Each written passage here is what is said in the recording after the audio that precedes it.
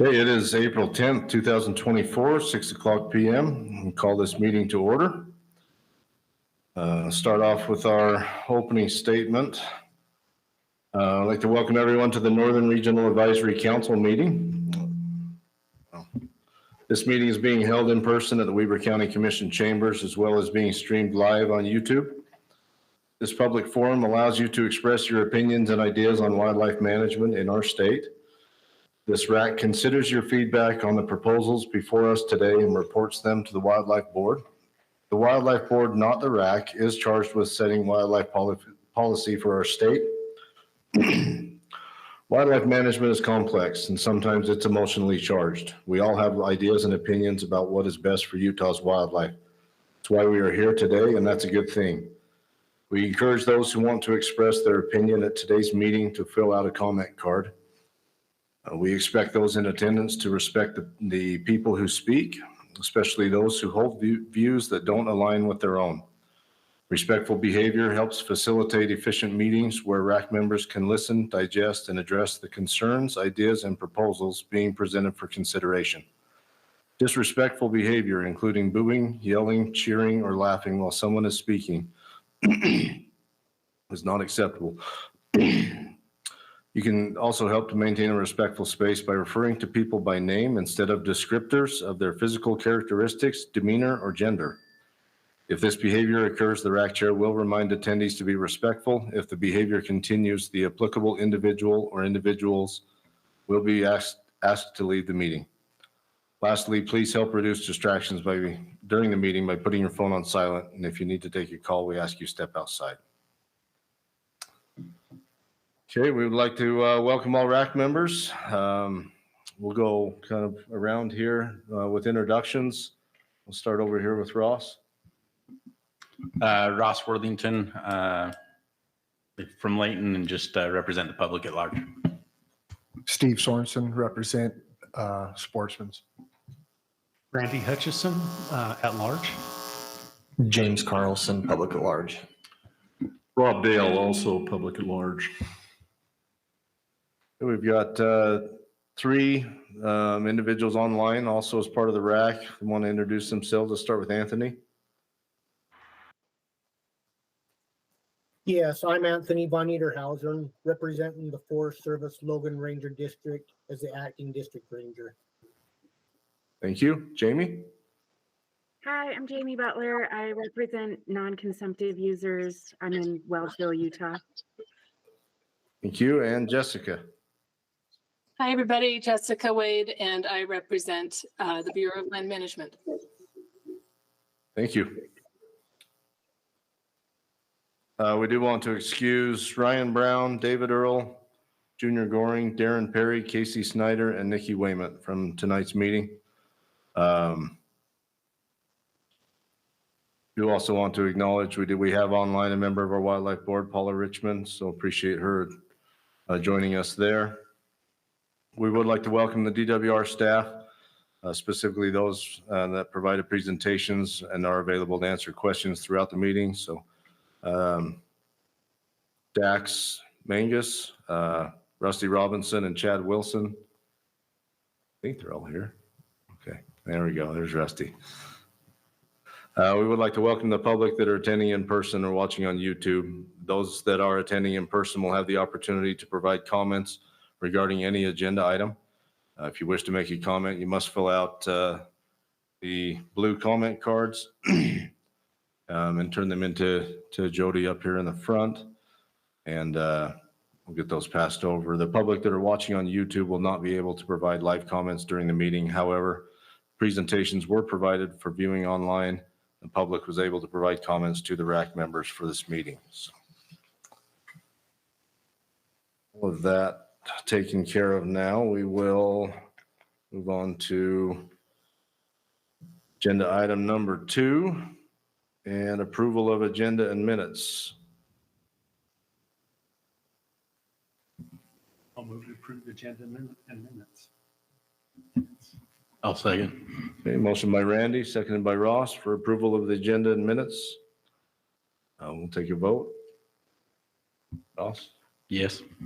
Steve? Yes. Yes. Yes. Bob, Yes. Jamie, Yes. Anthony, Yes. and Jessica. Yes. That's unanimous. Thank you. Okay, move on to the update from the last wildlife board meeting.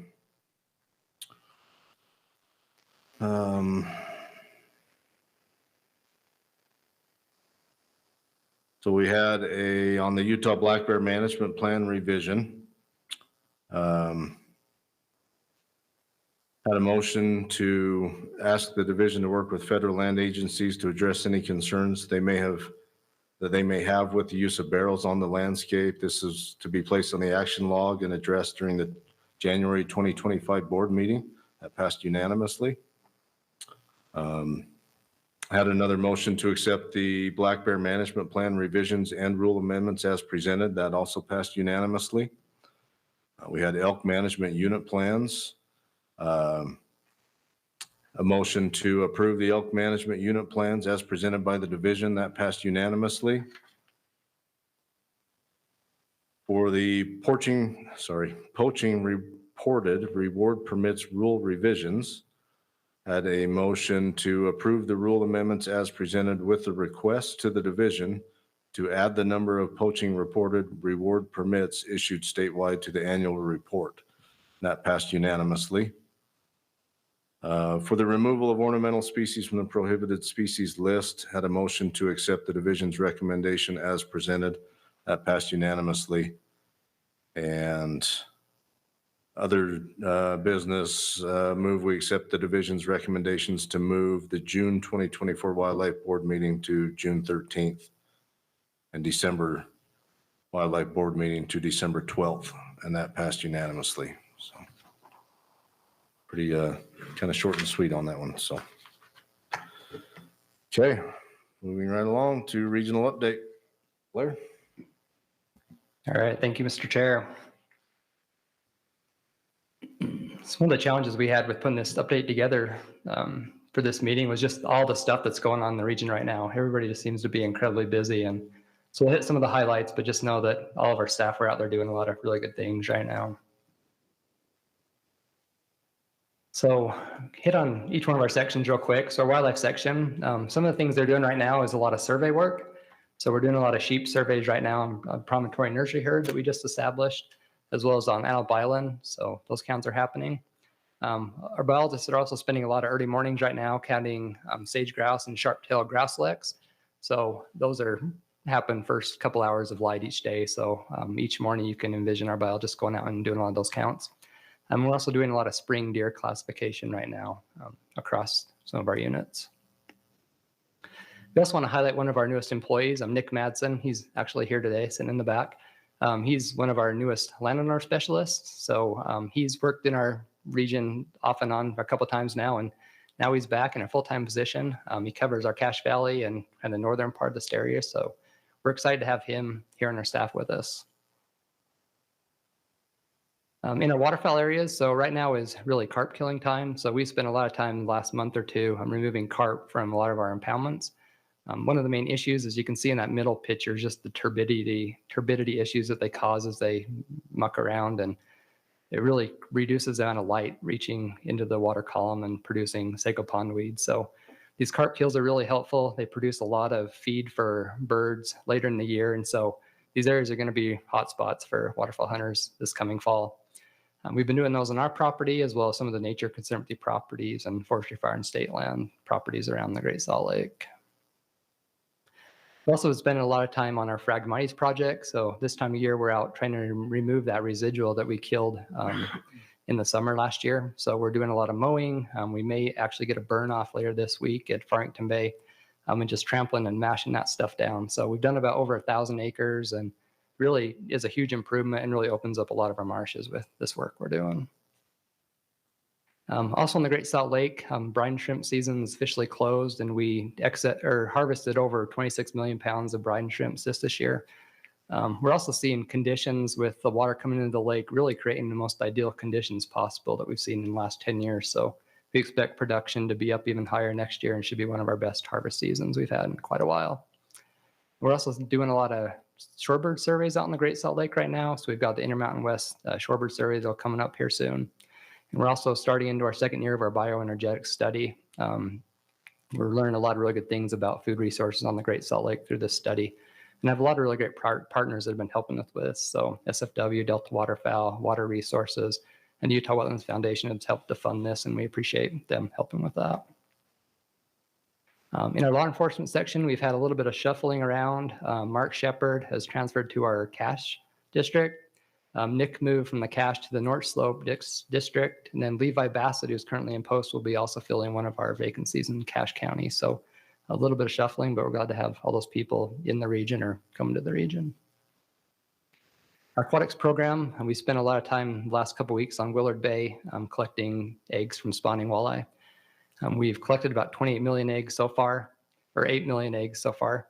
It's been a little bit slow just due to the temperature in the water and not a lot of warm days, but it's starting to pick up a bit, and we'll keep doing that for the next week or so. We're also releasing a bunch of fish from the eggs we collected last spring into the lake. We've done about 500,000 now so far.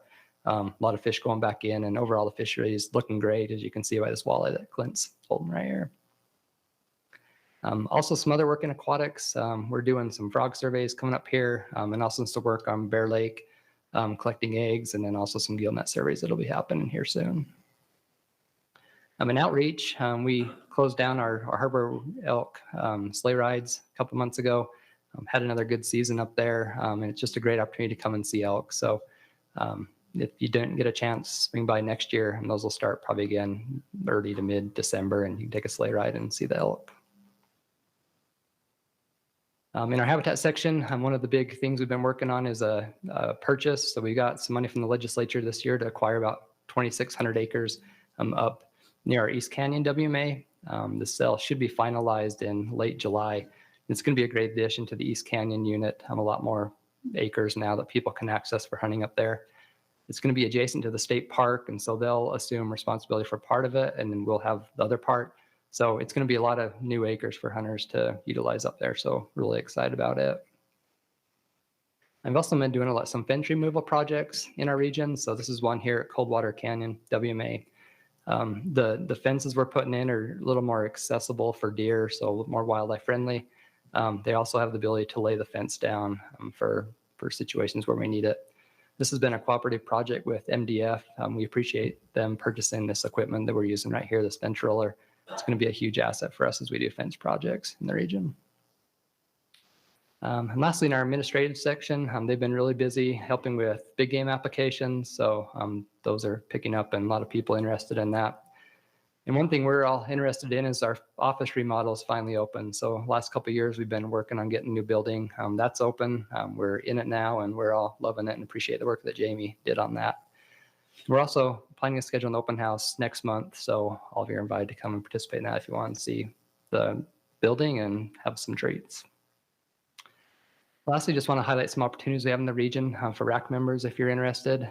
Like as I mentioned earlier, we'll be doing deer classifications. I'll also have some sheep surveys going on. And then our aquatic section is going to be doing some gill net and electrofishing for the next couple months. So if you're interested, reach out to me, and I'd be happy to get you in touch with the people to participate in those projects. That's all I have. Okay, thank you.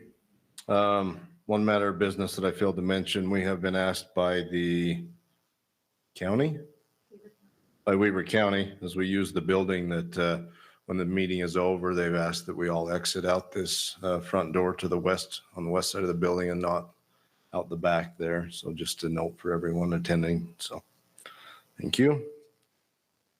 Okay, we will move on to agenda item number 5. DAX. General season, well, not general season, all deer permit numbers for 2024. Yeah, great. Thank you. Glad to be here. I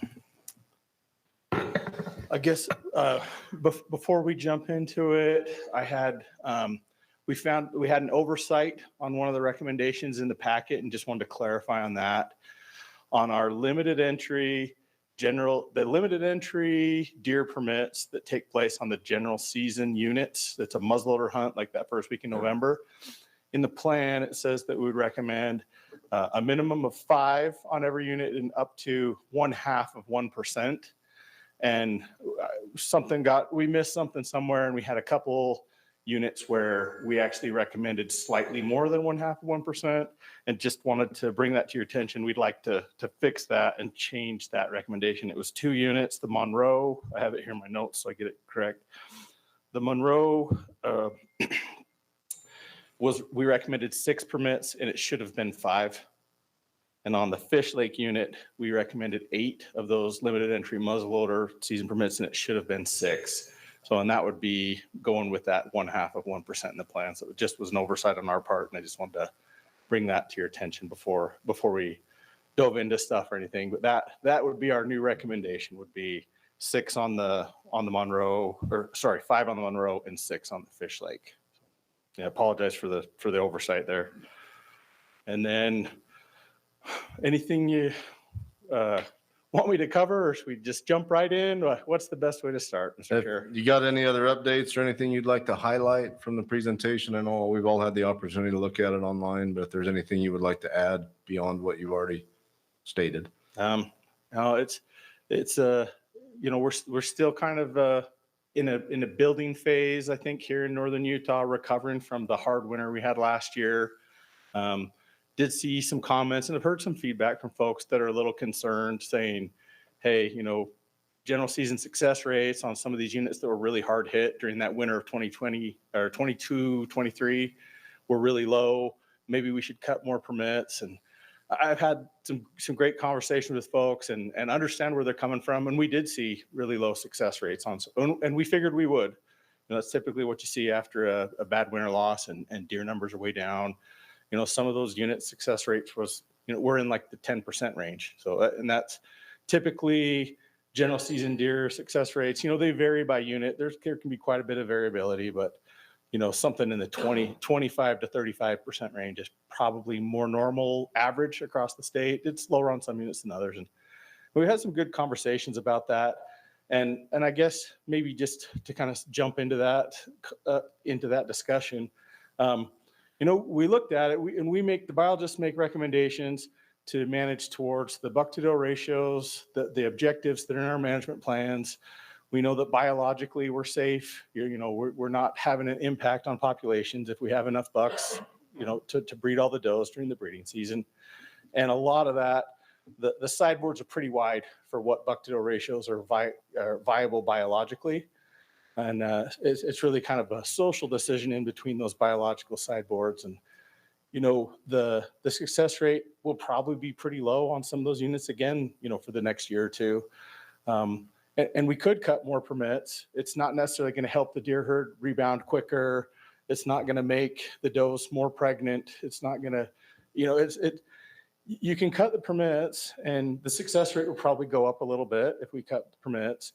But we're making a recommendation that'll manage to the objectives in the plan. And I guess it gives people the choice. They can choose, hey, I'm not interested in going out on a hunt where success rate might only be 10%. And I'm probably not going to see very many deer, rather than making the choice for them and just saying no. And that's where the public can weigh in. And if that's what the public wants, that's what the RAC wants, that's what the board wants, we can do that, and we could cut more permits on some of those units. Biologically, it's not going to necessarily help the herds rebound quicker. Does and fawns and fawn production and recruitment, that's what's going to drive that. So it's really just a choice of, do you want to go on a hunt where you have a low likelihood of success and you get to hunt more often? Or do you want to hunt less frequently on a hunt where you maybe have a higher likelihood of success? And so some of those are social decisions. Our recommendation is kind of geared more towards just managing to the buck-to-doe ratios in the plan. But, that's something maybe there'll be some discussion on tonight, I would anticipate, from some of the comments I've read and heard from folks. And with that, any other questions or anything, we can dive in and go through however you'd like to do it. That's probably the thing I've maybe heard the most feedback specific to this region about. Okay, thank you. We'll just start off with any questions from RAC members on deer permit numbers. I just first I want to thank the division and the biologists, the amount of work you guys do. I've heard it all across multiple podcasts and articles and things you read. Utah, by far and away, does more for the study and science of mule deer than anybody in the West. So hats off, and I applaud you guys for the work you're trying to do and trying to be forward thinking and new ways to try to manage it. Only thing I have a question, do they get more narrowed dialed into unit by unit where it's managed by unit versus, because obviously a lot of the number surveys are pretty broad regionally based versus down to kind of unit by unit type study? What specific like types of studies or Like just what really just kind of what the herd numbers are by unit, right? Really broad to go, hey, the Southern's all this versus there's different obviously areas that are going to be doing better than others. And it would be kind of interesting to see what those are broken down a little more detailed. Yeah, and I'm probably as guilty as anyone of kind of making broad general statements about the north half of the state versus the south half of the state, and there really is a lot of variability, and even sometimes even adjacent units that are right next to each other can be quite different, and conditions can be quite different on those units. Like for example, last year that winter 22-23, the box elder unit did pretty darn well. We really didn't have the winter kill on the box elder, whereas next door, adjacent to the box elder, is the cache, and the cache was hit pretty hard. Our population estimates, our deer classification information as far as buck-to-doe ratios, fawn-to-doe ratios, our population estimates that take that into account, as well as the harvest data. Those are all done unit specific. When we run the numbers to see, what are our windows, how many permits could we issue to meet the objectives, those are all done on unit specific. The data is unit specific.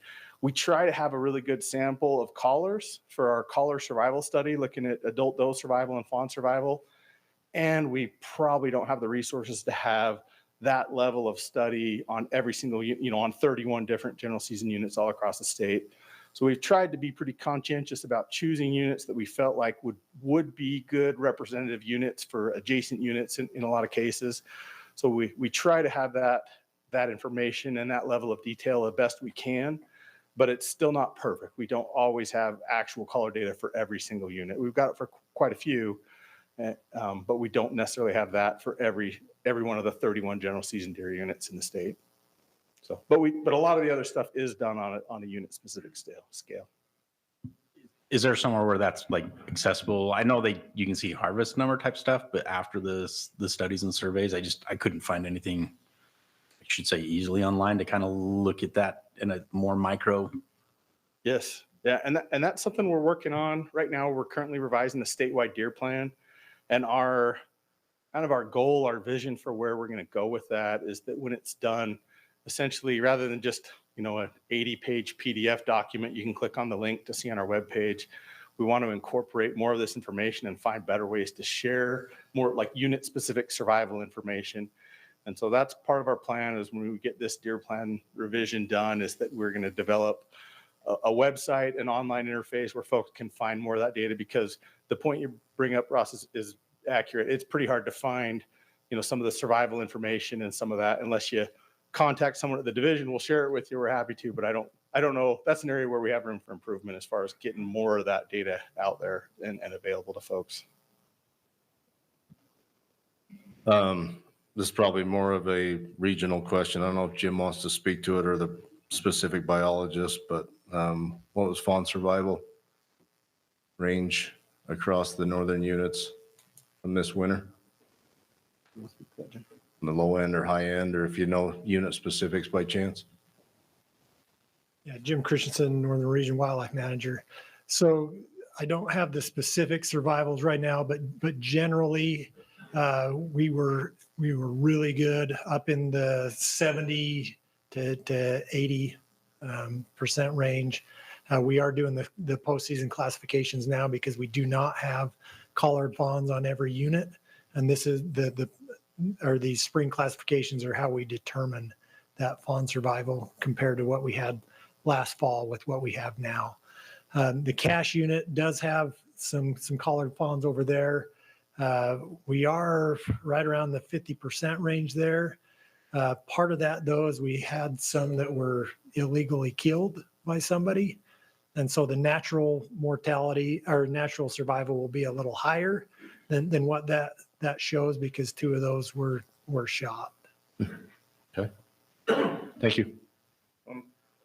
Speaking in generalities again, we are seeing this year, like the southern half of the state, really high fawn survival. The central and northern parts of the state, fawn survival's maybe not quite as high, more in the average range.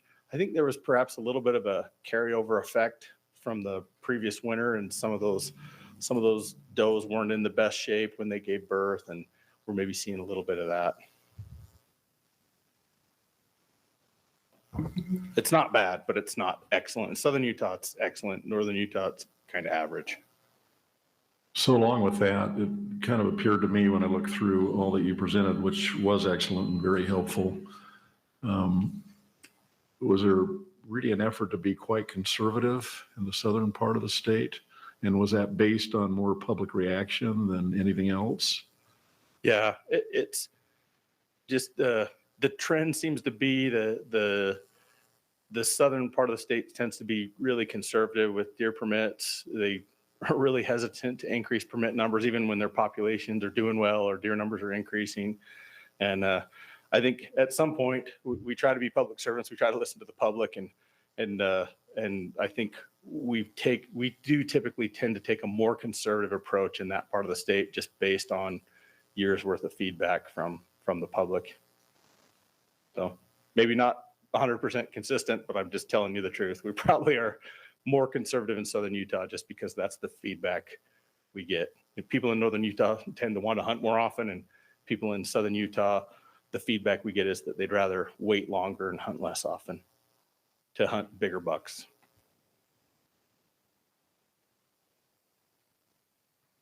Excuse me, a quick question for you. On the box elder unit, it seems like that one had and I should have written down the numbers and I didn't, you probably haven't. Over the last 3 years, the trend has been fairly severely going down as far as the buck to doe ratio, but it is still above objective. Okay, but they're making big steps down the last 3 years, but there's still a recommendation for an additional 600. Is that, I just want to confirm that that's supported. Is it, going by memory, there's no other units that came anywhere close to the step down the box elders taking that had increased numbers? Yeah, and I saw Daniel was here, and maybe you can have Daniel come up, and that's true. We did have seen the buck to doe ratio on the box elder unit go down. It's still quite a bit above the objective, and with a couple of years now of reasonable fawn survival and production, there's room to increase harvest and still meet the objective. I don't know, do you want to add anything to that, Daniel? Yeah, I'm the box elder biologist. I can pull the data up if you want, but essentially 3 years ago, we had an observed buck to doe ratio on surveys of, I think it was like 28 or 29 bucks per 100 does. We're trying to manage for 15 to 17. We stepped down to 26 last year, and this year we're at about 22 to 23. We're still doing pretty good, really well this year with our fawn survival over winter based on the spring classifications I've done, which isn't complete, but we're sitting about 75% survival on fawns, and the fawn to doe ratio going into winter was, I think, 71 fawns per 100 does. So one of the highest we've ever had. So the population is doing really well, and we do expect it to grow and there to be a lot of yearling bucks out there. The tag increase is to step down towards that objective of 15 to 17.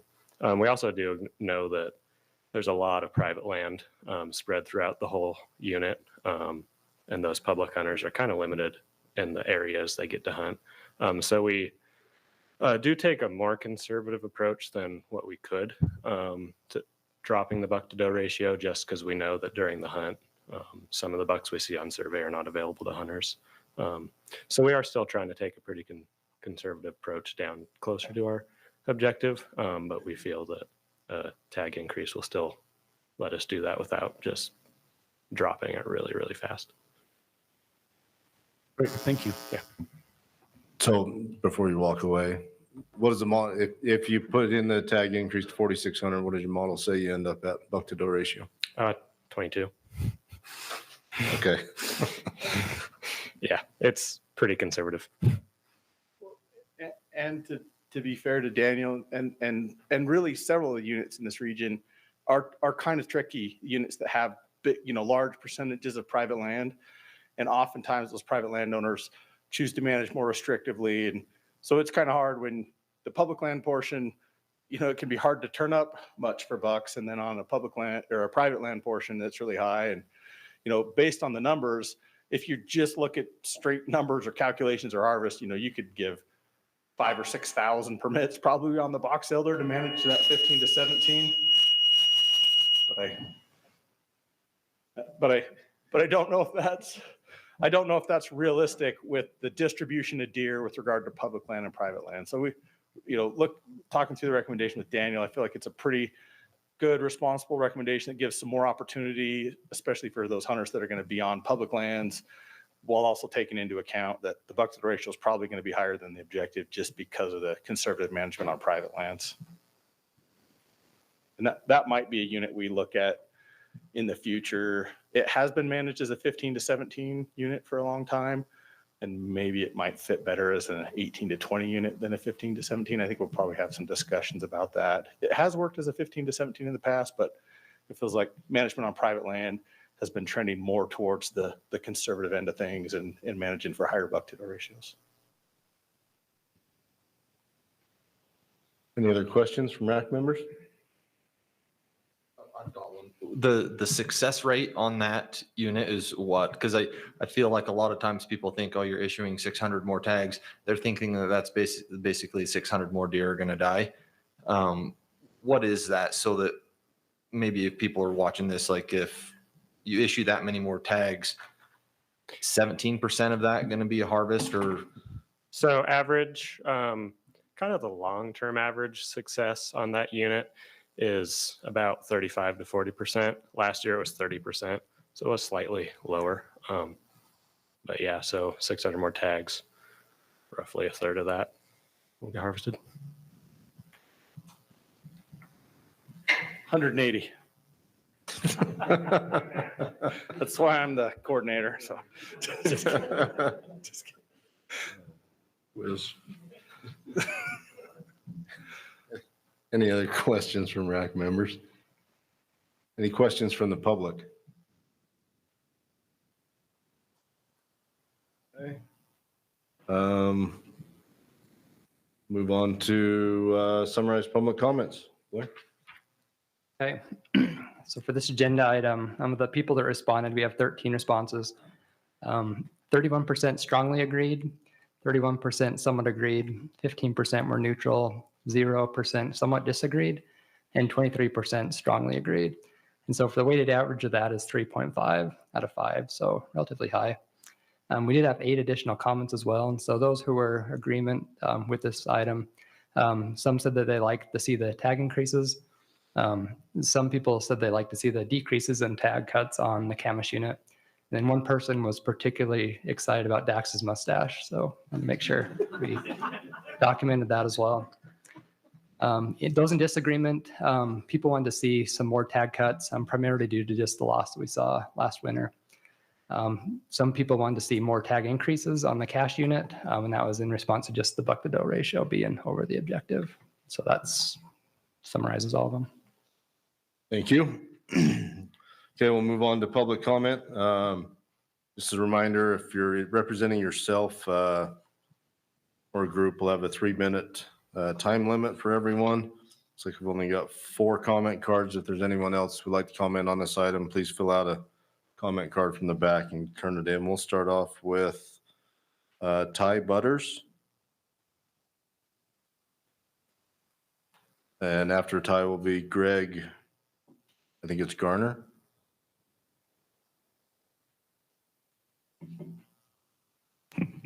So you guys kind of hit on my concern for the box elder unit with having 35 CWMUs in it and then trying to manage the buck to doe ratio, I feel like the public hunters are taking it in the shorts because there's not very many places to go and lots of people. Thank you. Greg, I think it's Garner. If I ruin your name, sorry. Then after that will be Hunter Stallings. Yeah, that's right, Garner. So a few comments here. The comment about the additional 600 tags for that one unit. I'm a Northern Utah hunter as well. And what I see is 600 more people in the field. There's just too many people out there.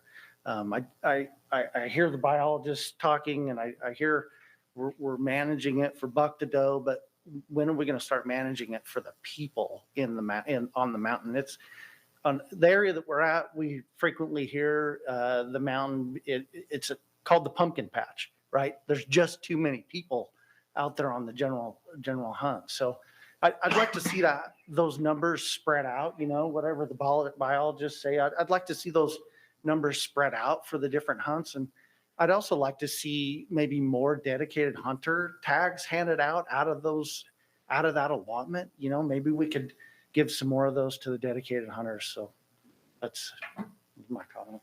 Okay, thank you. Hunter Stallings, followed by Troy Justinson. This work? Yeah. Perfect.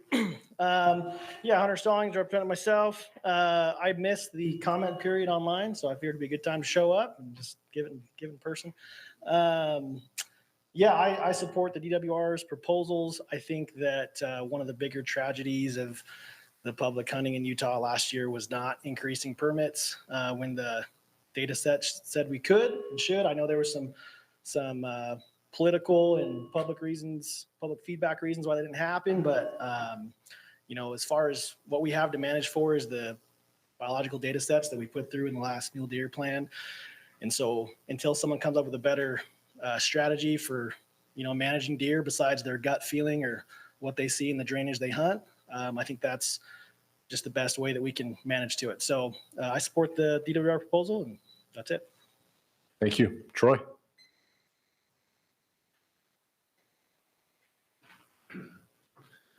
Troy Justinson, sports official. Wildlife. Larry, congratulations on your job. You look good in that seat, brother.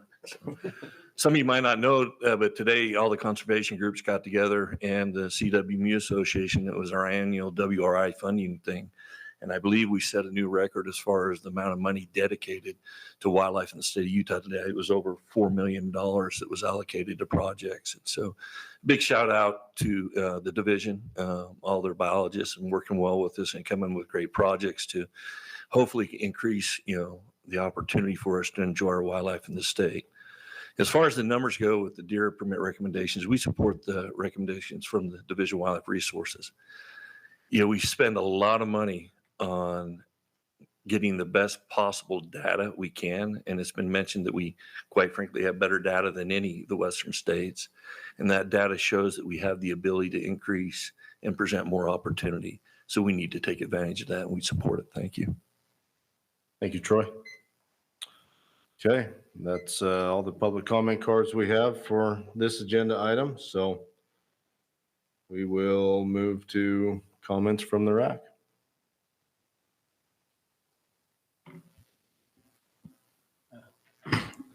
So I know it's a social issue, but, and I appreciate those, again, public showing up and expressing their comments. I'm hoping there's some changes as we go through this new mule deer thing, because I don't know where the mindset's come that a general unit tag is I feel like managed to trophy hunt.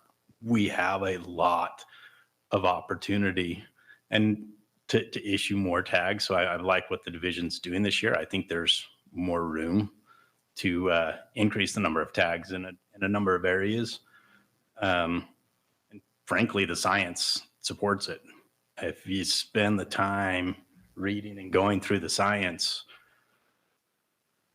even the 15 to 17 buck to doe ratio is too high. I feel there's opportunity in a lot of areas. And if we want to, the conversation you hear in the public is we need to improve the herds. Well, are we trying to improve the herds? Or are we trying to improve the buck numbers? And if we're trying to improve the herds, taking more bucks off the landscape does more for the herds, and in turn does more for the buck to does, or I shouldn't say the buck to doe ratio, but it'll put more bucks on the landscape. You are eliminating mouse that you have to feed through the winter. It gives a better opportunity for the does and fawns to have a better survival. So anyways, there's a lot of science, and I can't even express it as well. All I know is people that are a lot smarter than I am, that have spent the year studying it and have years of data to show there's opportunities. So I appreciate the division moving in the direction to try to increase those. And then I think a lot will become to see what comes out from the new committee and directions where we go. Just, excuse me, chime in real quick. Sorry, that's. One, I really appreciate the first part of your presentation, the education portion of it. I think things like that are starting to pay off. You guys have been doing it for a few years. And I think one of the reasons I can say it's paying off is last year, I'll have to do this off the top of my head, but I believe for this meeting, we had 100, I want to say it's about 120 comments. And this year we had 13. Part of the reason for that, I think, one, things are getting better. You guys are making good recommendations, but there's public education going on. I appreciate it. I thought that's really good. And we've got a couple. I've got a letter here from Backcountry Hunters, Native Wheelers, and Utah's Archery Associations, and they both pointed out, like, hey, we can take more deer. But I appreciate you pointing out in your comment when you were asked earlier, like, yeah, we are getting conservative compared to the calculator because of the public. These are social issues. 99% of everything we do with are social issues. There's no biology. So putting out the reasons of why you're doing things and how you're doing things and how things make an impact, I think you guys are getting much, much better at the PR portion of explaining what's going on. So I just wanted to let you know, I appreciate that very much.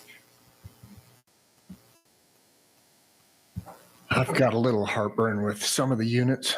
Box elder doesn't bother me because I see the problem there with the private land, but some of these southern units, I sat on the last mule deer committee and they did not want buck to doe ratios over what we set them at. And, here we are with lost opportunity in southern Utah, and that pushes into central Utah, I'm sure, and affects all of us eventually. So I've got a little heartburn with those southern units being higher than their buck to doe ratios.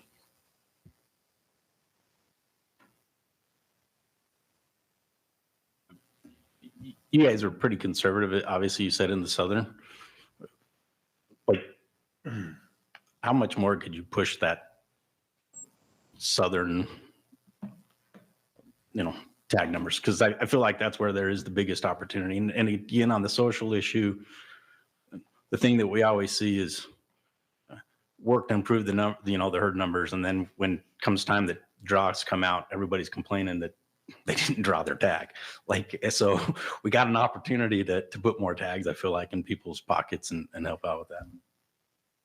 Yeah, and I don't want to, discourage your discussion or anything, but just, if you watched the presentation, you saw when I showed the slides for the Southern Region Permit Recommendations, I added an extra column at the end of those slides and said, based on the data, this is how many permits we could issue, and still conservatively, we'd probably come in at about $20 per 100 does on those units that are 18 to 20.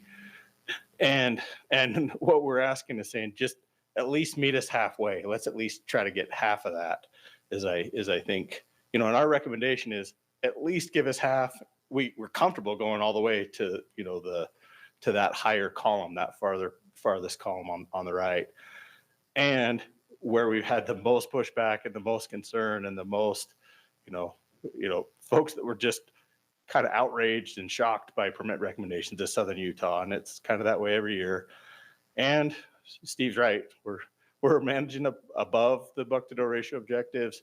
And they had a really bad drought period of time, in like the late 20 teens, and their deer populations declined. And they definitely saw that. We made some huge permit cuts during that period of time because we saw the population was declining, there weren't going to be the bucks available in order to still manage to those objectives. You know, like on the Pine Valley unit, when we went from, I think, 4,300 permits to 1,900 permits one year, you know, cut them by more than half. And that year when we went out and classified, the biologists classified a couple thousand deer and the buck to doe ratio came in at 19. So, you know, we nailed it when we made the cut. And then as things have started to improve, we've asked for increases, and everyone, they're fine to cut proactively, but nobody wants to increase permits when things come back. And that's a trend. It's not just Southern region. I'm not trying to pick on them. We do see it in other parts of the state too. And deer hunters are conservative. They love their deer, and they're especially conservative in Southern Utah. So the recommendations specifically in Southern Utah, you know, we're not trying to play games. We just said, here's what we could do, at least meet us in the middle. And if you want to go higher than the middle biologically and even to manage to the objectives in the plan, it'd be fine. So.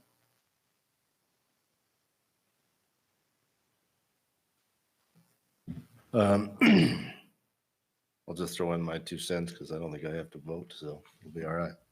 But I have had a little bit of feedback. People reach out to me and just feel it's worth sharing. Some in the northern region have felt warranted on a few of these units, supporting a few, some tag cuts. That's some feedback that's come. More specifically, probably centered more around Morgan South Ridge, East Canyon, Chalk Creek, that kind of clump of units right there that took a bigger hit. They felt after last year was pretty disappointing from the hunting side of it, and felt that some more permit cuts were warranted there. I think there's a lot of complexity to that dynamic and how we get there. And I'm glad to see the Mule Deer Committee meeting. I hope we can, I haven't been shy about this to those who are on the committee. I hope we can find maybe some different management strategies for some of these units up north that have a lot of private land that aren't just centered around a buck to doe ratio.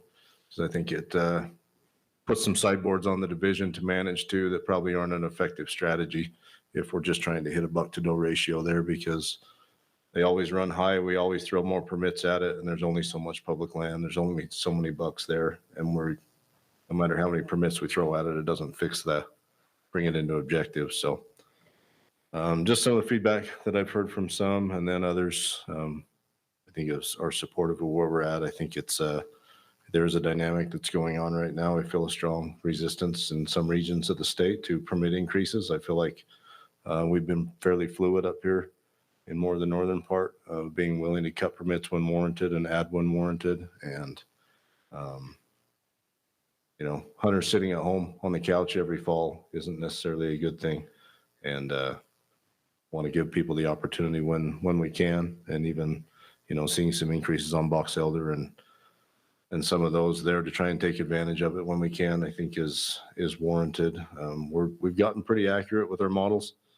I can't remember what Covey or Dax, somebody mentioned when we run the numbers back off of our models, off of permit numbers, we usually come in about 95% accuracy as far as where we end up on buck to doe ratio. So it continues to work in the modeling part of it, but just 2 cents for the Mule Deer Committee. I think now's a great opportunity to explore some other options, probably for some of these northern units that get us away from mainly buck to doe ratio management there.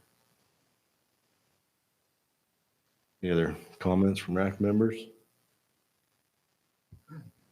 Dax, how many were in that separate column that you did? How many units?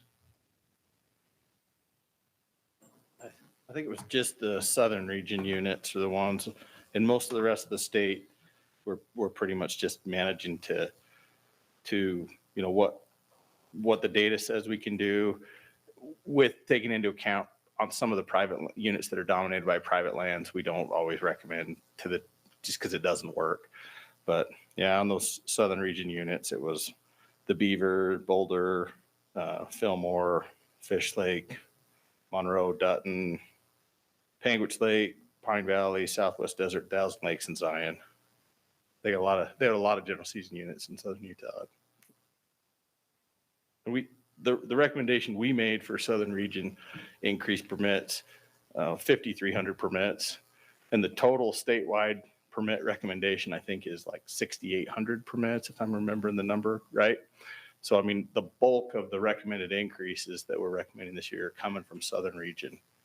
And when we looked at the numbers and ran it, we figured we probably could have increased over 8,000 permits in Southern region and still met the objective on those units. And they have a lot more of their units are public land, primarily public land. The Zion does have a lot of national park and private, but most of those other units in Southern Utah are, predominantly public land. So it is a little easier to manage using the data. It doesn't get as complicated on those units where you have more, primarily public land.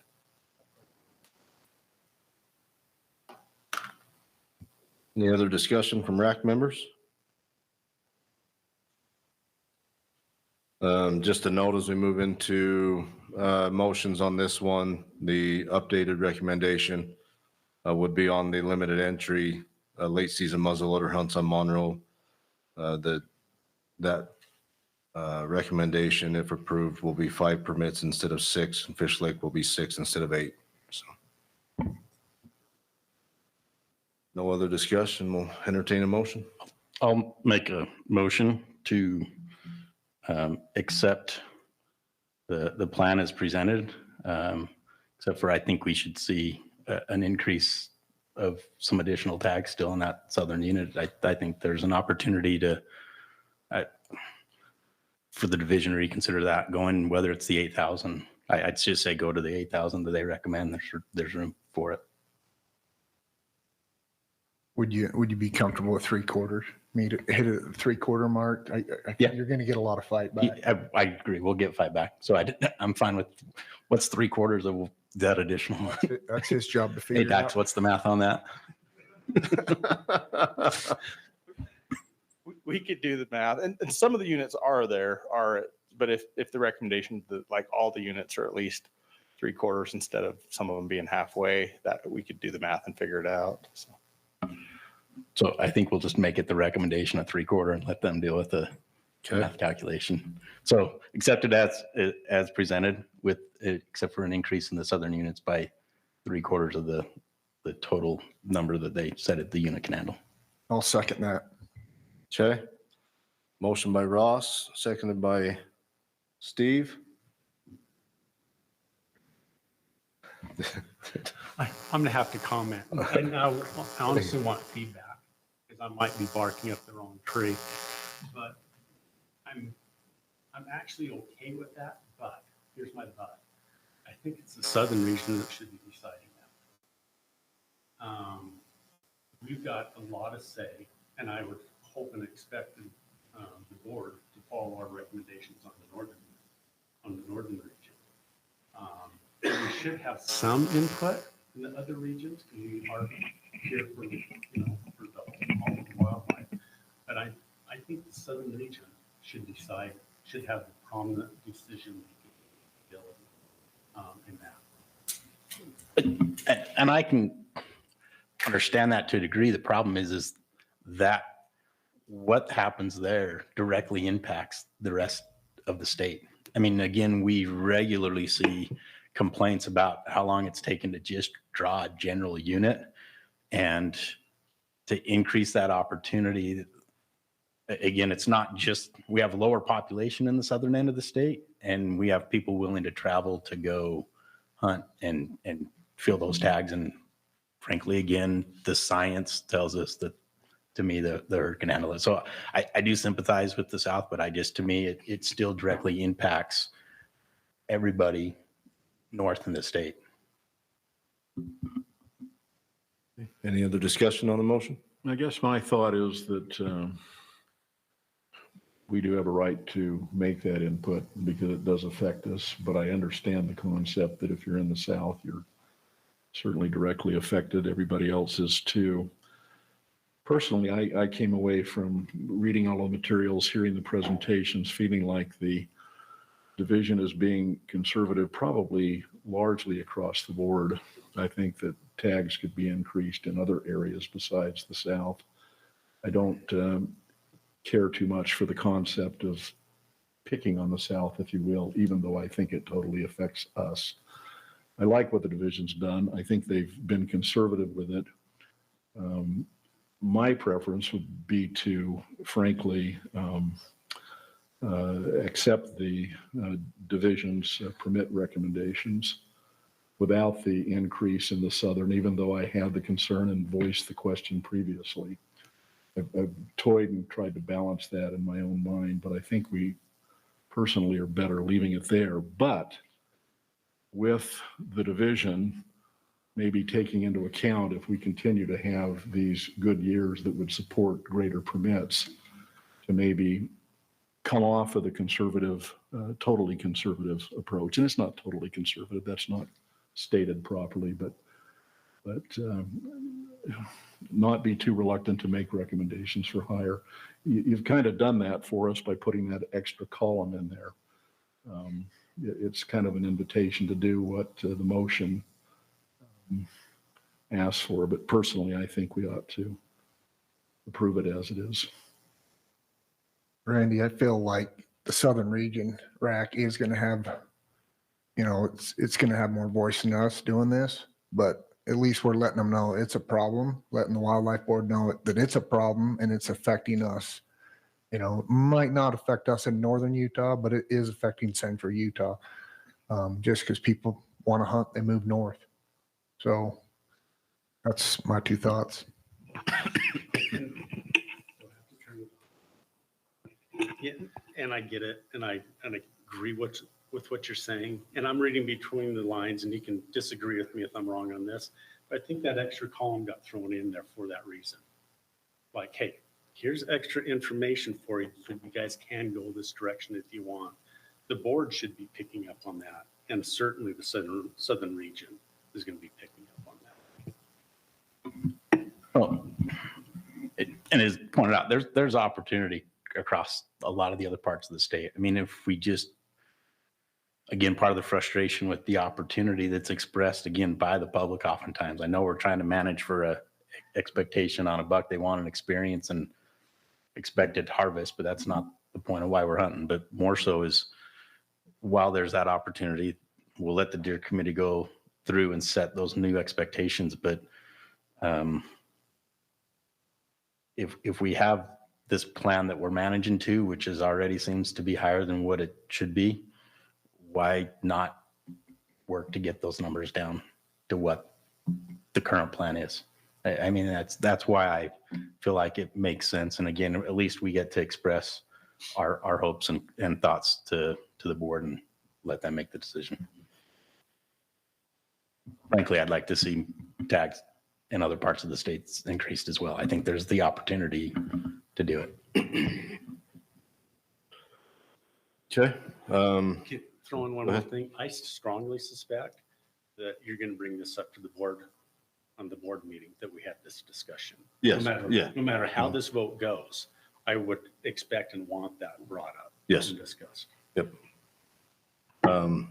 I tried to write this down in a way that I think makes sense. So let's see if this works for, motion is to approve the deer permit recommendations as presented, with the exception of increases of 75% of the full division proposed potential permit increases for southern region units. Does that make sense to you? I get what you mean. Okay. You good with that? Is that okay? Does everybody understand that? I tried to word it in a way, I don't know how else to say that. So, okay. All right. We will call for a vote. I'll have you check it as I go so I don't lose track. Start with Ross. Yes. Yes. No. No. No. Jessica?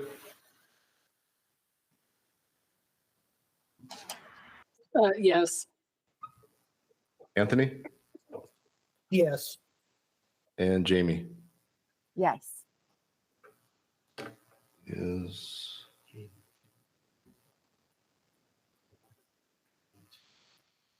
Three. Okay. Excuse me, 5 yeses.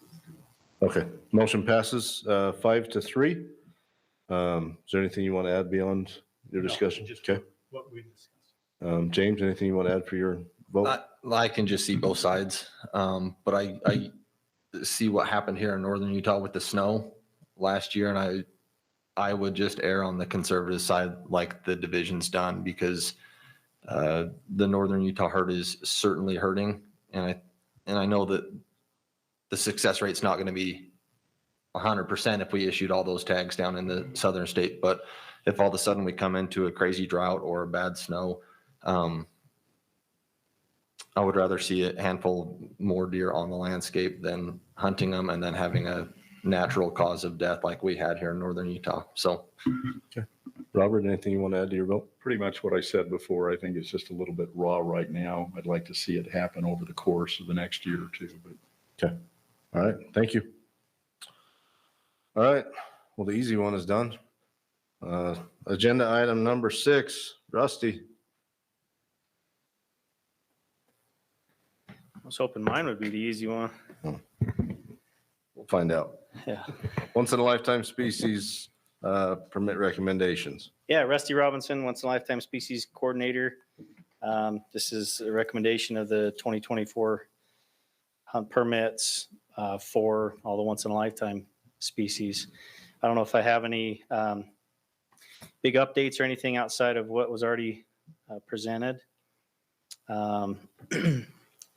Aside from, and we've already mentioned, but kind of recommended some big bison cuts this year across the board. There's a couple reasons for that.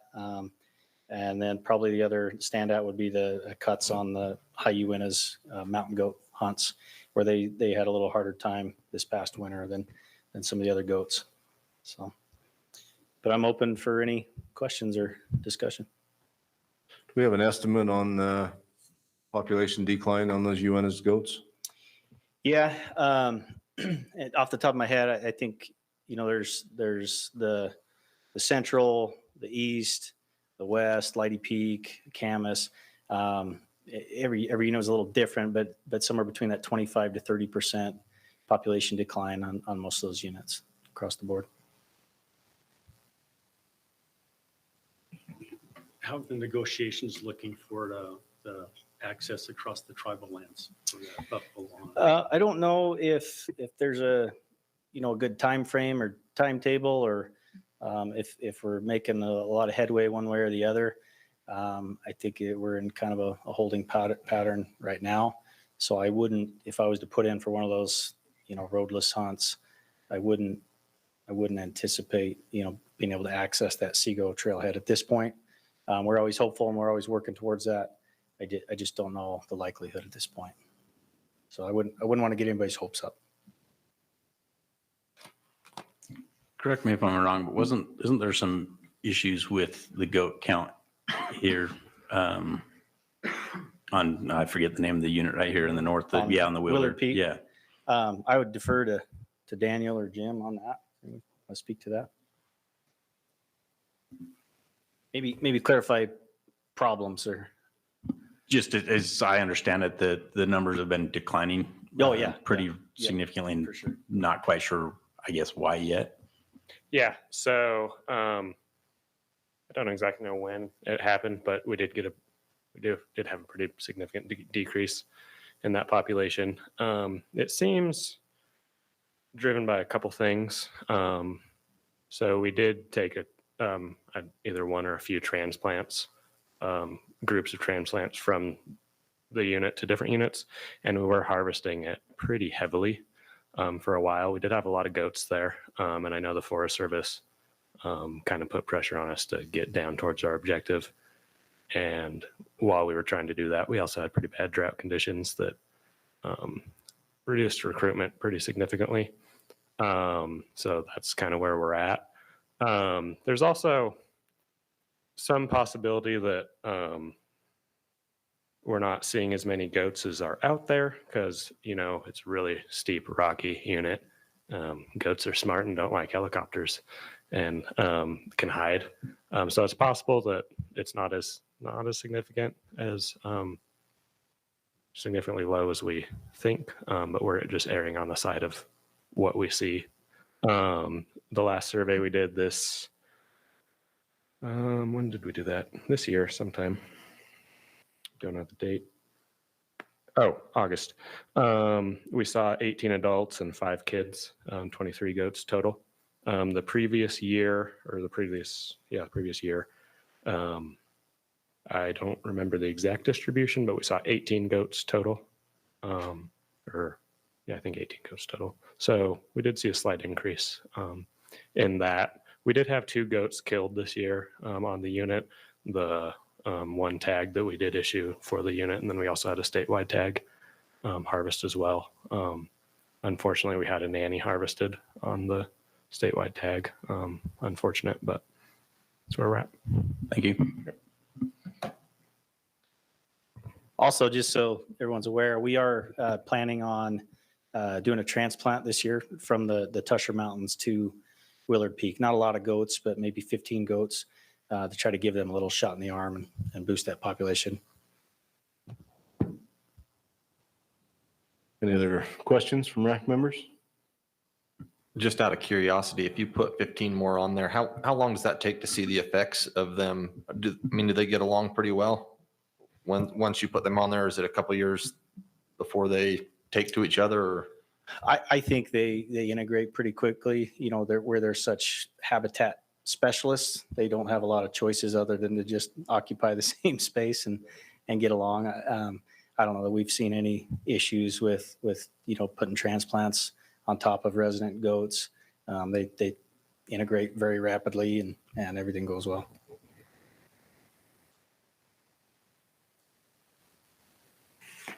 Do we have a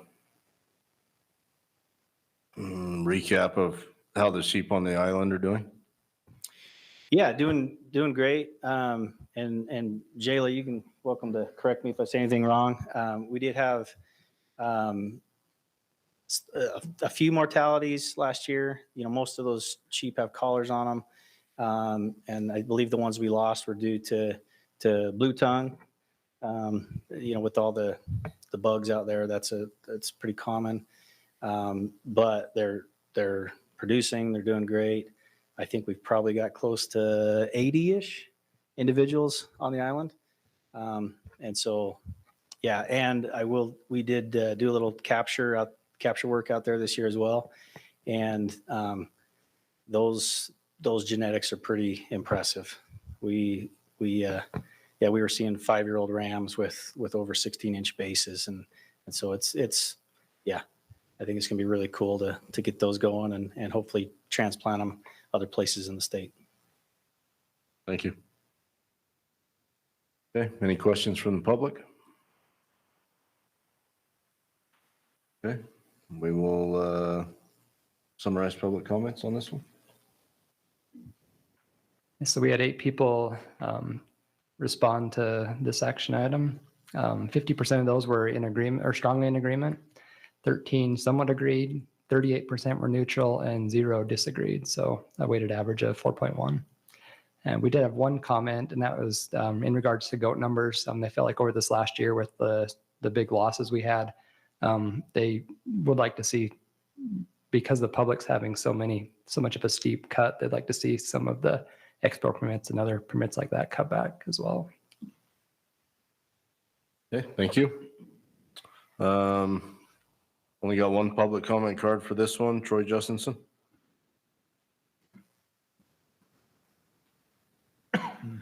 Troy Justinson, Sports, Fish, and Wildlife. We support the once-in-a-lifetime recommendations from the division. Just kind of on a side note, a little earlier, you mentioned the promontory nursery herd for desert sheep. It's kind of exciting. We got 6 lambs there.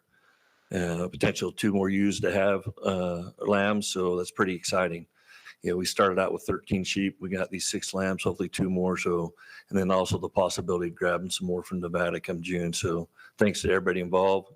Steve, there's no bugs out there, right? Thank you. Thank you, Troy. That is a good thing to highlight. I know we highlighted it in the regional update, but having that nursery herd out there is excellent. So, okay, I'll open it up for RAC discussion on this item. I'm just gonna make one quick comment, then I'll make a motion if nobody else has anything. I really appreciate the reduction in the buffalo tags. That was needed, and I'm glad we took steep cuts on that. I guess I do have one question on Antelope Island. How do they go about determining if they're going to issue more tags? What's that process? That's up to the park. They have little different management objectives than we do. And because of the nature of what it comes down to is sometimes they get a lot of older age class bulls out there that need to be taken off. And a lot of times for those really old bulls don't look super appealing to a hunter, and they don't get harvested. But because the public draw, we can't tell the public, whoever draws those permits, we can't tell them what animal to go harvest. The park, when they call from that applicant pool, they tell them, hey, can you come out and hunt, and we're going to tell you the bull to shoot. And so that's why there's only 2 in the public draw, and that those 2 get to harvest whatever they want. And then there's additional people that get called to come in and cull those really old mature bulls that need to be taken off the island. So did that answer your question? Rusty, are they the next in line in the draw or something, or is it a separate draw? No, I think it's, and Lindy can probably correct me on this if I'm wrong, if she's still on, but my understanding is it's the next in line in the applicant pool. Yes, that's correct. We use the next alternate from the draw list for the applicants that apply for the Antelope Island hunt. Thanks, Lindy. Do you know on average how many per year are generally have been called? How many additional, I guess, above the public draw permits? I believe it's 4 or 5. Okay. I'd have to pull up the sheet, but it's either 4 or 5. Jayla Walden, Morgan Southridge, East Canyon and Antelope Island biologist. So the last handful of years, we've done 6 off the alternate in addition to the 2 that are drawn, so an 8 total. Okay. Thank you. Any other discussion or comments on this item? And we'll entertain a motion. Sorry. I'll just make the motion to accept the proposals as presented. I'll second. Okay. Motion by Randy, seconded by Ross to accept the division's once in a lifetime permit recommendations as presented. Go through a vote. Ross? Yes. Yes. Yes. Yes. Yes. Jessica? Yes. Anthony? Yes. And Jamie? Yes. Motion passes unanimous. Thank you. Thank you. Thank you, Rusty. See you back in a minute. All right, Dax, you're up again. Agenda item number 7, elk permit recommendations for 2024. Anything you want to update us on or clarify for us? Just, I gave a little update yesterday at the Wildlife Board work session. 2023 was our first year of our revised elk plan. We had revised the elk plan. And so generally the consensus has been pretty good. We made some pretty big changes with regard to general season elk hunting, with adding a second any bull rifle hunt and unlimited hunt, and creating an unlimited youth general season elk permit, and then made some adjustments to the age classes on our limited entry units, and changed the distribution of the permits a little bit between the seasons. We added a mid-season on most units that didn't have it, and put more permits into that mid-season, and success rates came back pretty similar to how they have been in the past, a little bit lower on the late rifle season on the limited entry hunts. And we had pretty good feedback from folks on the general season hunts. And we saw age classes actually go up on quite a few of our limited entry units, that especially the units managed for the older age classes. Even with permit increases, the average age of harvested bulls went up. And we're just continuing to follow the plan and recommending some, for the most part, increases on those units with the higher age objectives. Some units seem to be stable, and we've got a unit or 2 that are declining, but for the most part, most units are looking pretty good, and given a little more opportunity and still having reasonable success rates on older older age class bulls. So exciting. It's exciting to be diving into this new elk plan and seeing how it's working. Okay, thank you. Any questions from RAC members?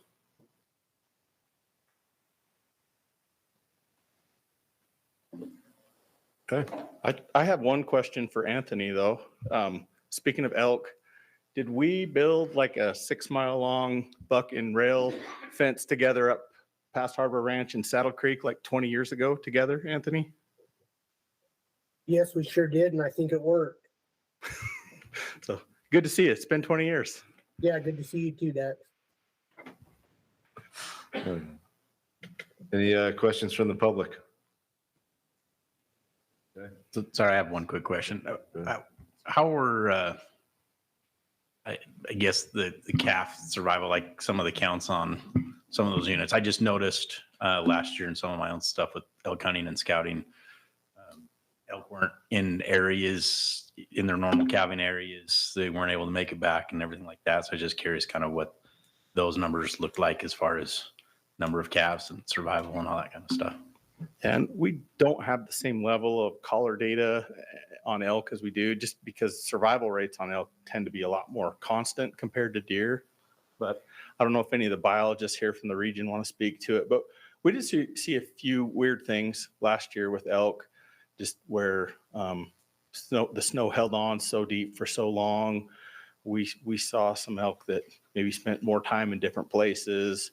And I think this is anecdotal. This is just, me guessing, but I think we saw probably some bulls with some stunted antler growth on some units, just because the winter was so hard on them and lasted so long. They weren't into good feed when it was time to start growing antlers. That's anecdotal. I don't know that I have scientific evidence to support that, but it was a little bit of an unusual year. I don't know, Jim, or if you or any of your biologists had anything specific to add about elk distribution or behavior you saw this last year. I don't know that I know specifically for around here though, Ross. So. It was more just curiosity. Yeah, Jim Christensen. So we really, the biggest difference we saw were some of the movements. Calf production was about the same, maybe slightly lower, but year in, year out, we're in between 50 and 60 calves per 100 cows. The elk are a little different than deer in that they can sense when they're not in good shape and they just won't become pregnant, or the older ones won't become pregnant every year. And so those healthiest cows, yeah, they still had their babies. There were some delayed movements back into summer ranges, but yeah, they eventually made it back up in there.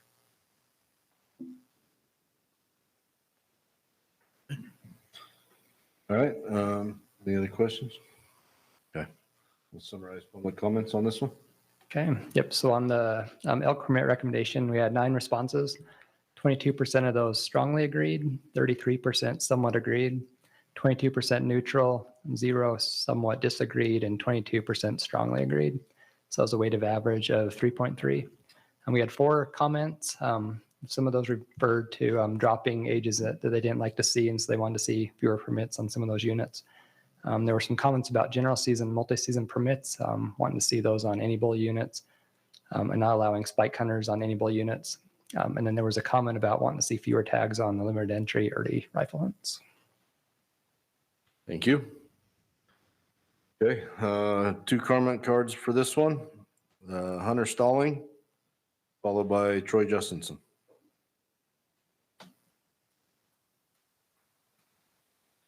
Yeah, just I support the DWR's proposal. I had the chance to have an elk tag last year and had a great time.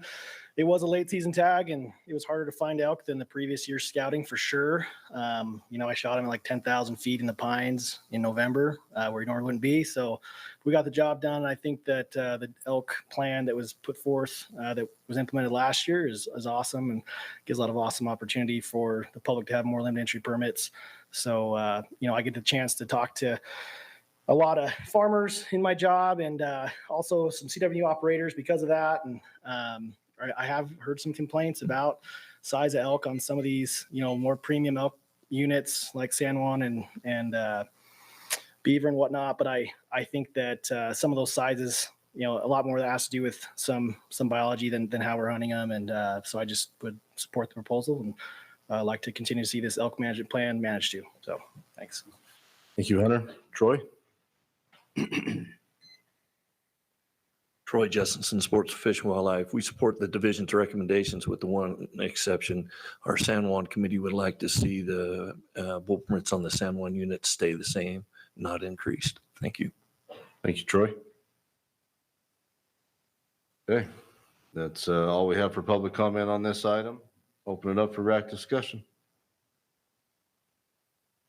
Maybe we ought to ask Dax to respond to that last comment about the salmon. Okay.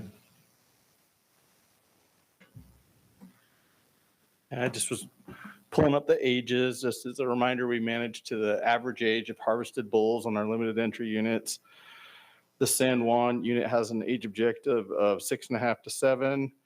The last 3 years, it was 7.7 in 2021. It was 8.3 in 2022, 7.6 in 2023.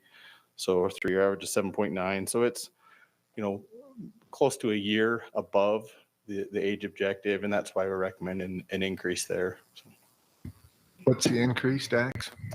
I got to look it up. I can't remember it off the top of my head.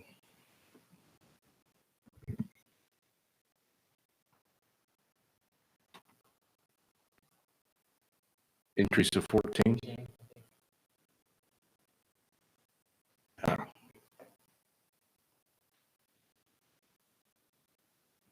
91 permits last year to 105 this year. Yep, that's right. How do you decide what season those tags get allocated to? And that was something we went through when we revised the statewide elk plan this last year. So 25% of the permits go to archery hunt. And then we do, I think it's 15% go to the muzzleloader hunt. And then the remainder, that last 60% are all any legal weapon permits. But so 10% of the overall permits go to the early season. And then we've got the mid and the late. I'd have to look at the number. The bulk of them are in the mid season.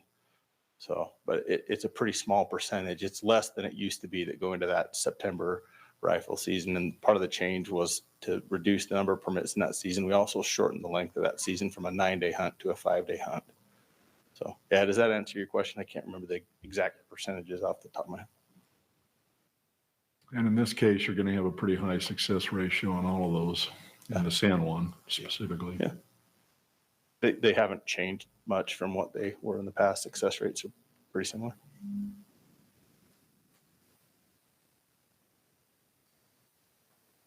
Any other discussion from RAC members?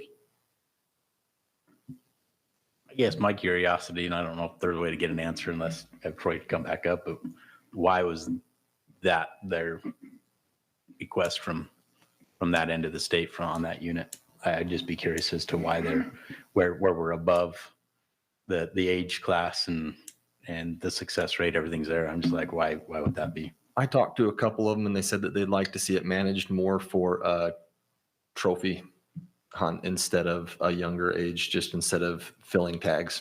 They said that they liked seeing the older age class bulls. And so I don't know if that was just a couple of the guys that I talked to that they liked seeing the older bulls than the younger ones. Right. So there was just a trophy potential there. Yeah.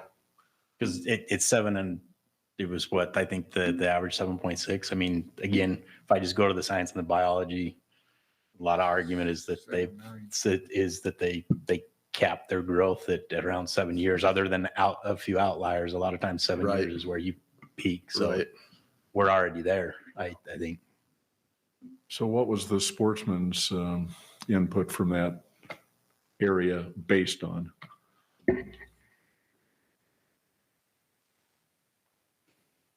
I don't think they were totally opposed to an increase, just the number 14, maybe half or whatever you type doing. The concern was the number of permits, but no other, obviously the age is what it is. And so it's, a lot of times people don't like to see change in their backyard. So Dax, how unusual is it to go up 14 permits in that area? The San Juan unit is definitely has a reputation as like a premier unit. It's produced a lot of really big bulls over the years. And with this change from the change in the Elk plan, we lowered the age objective an entire year. So it's a pretty substantial increase, maybe bigger increases than we've seen on some of those units that were managed for that higher age class in the past. Percentage wise, I think it's like 14 permits. It's like a 12 or 13% increase, I think, from what it was. So, and that's not unheard of or unusual. It's a relatively, good sized increase, but it's not unheard of. So, but no, folks just, some of those units, especially units that have really had a reputation for producing high-end bulls for a long time, some folks are concerned about losing that, and I understand that. Yeah, I think this is part of that dynamic of shifting into this new elk plan. And we're seeing this statewide. It's not just a San Juan issue.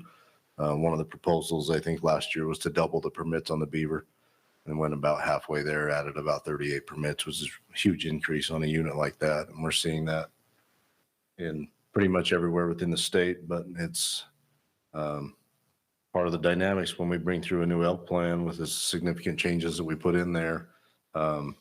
We basically hand that rule book to the division and say, this is what we want you to manage to, which is in turn brings back the recommendations that we see.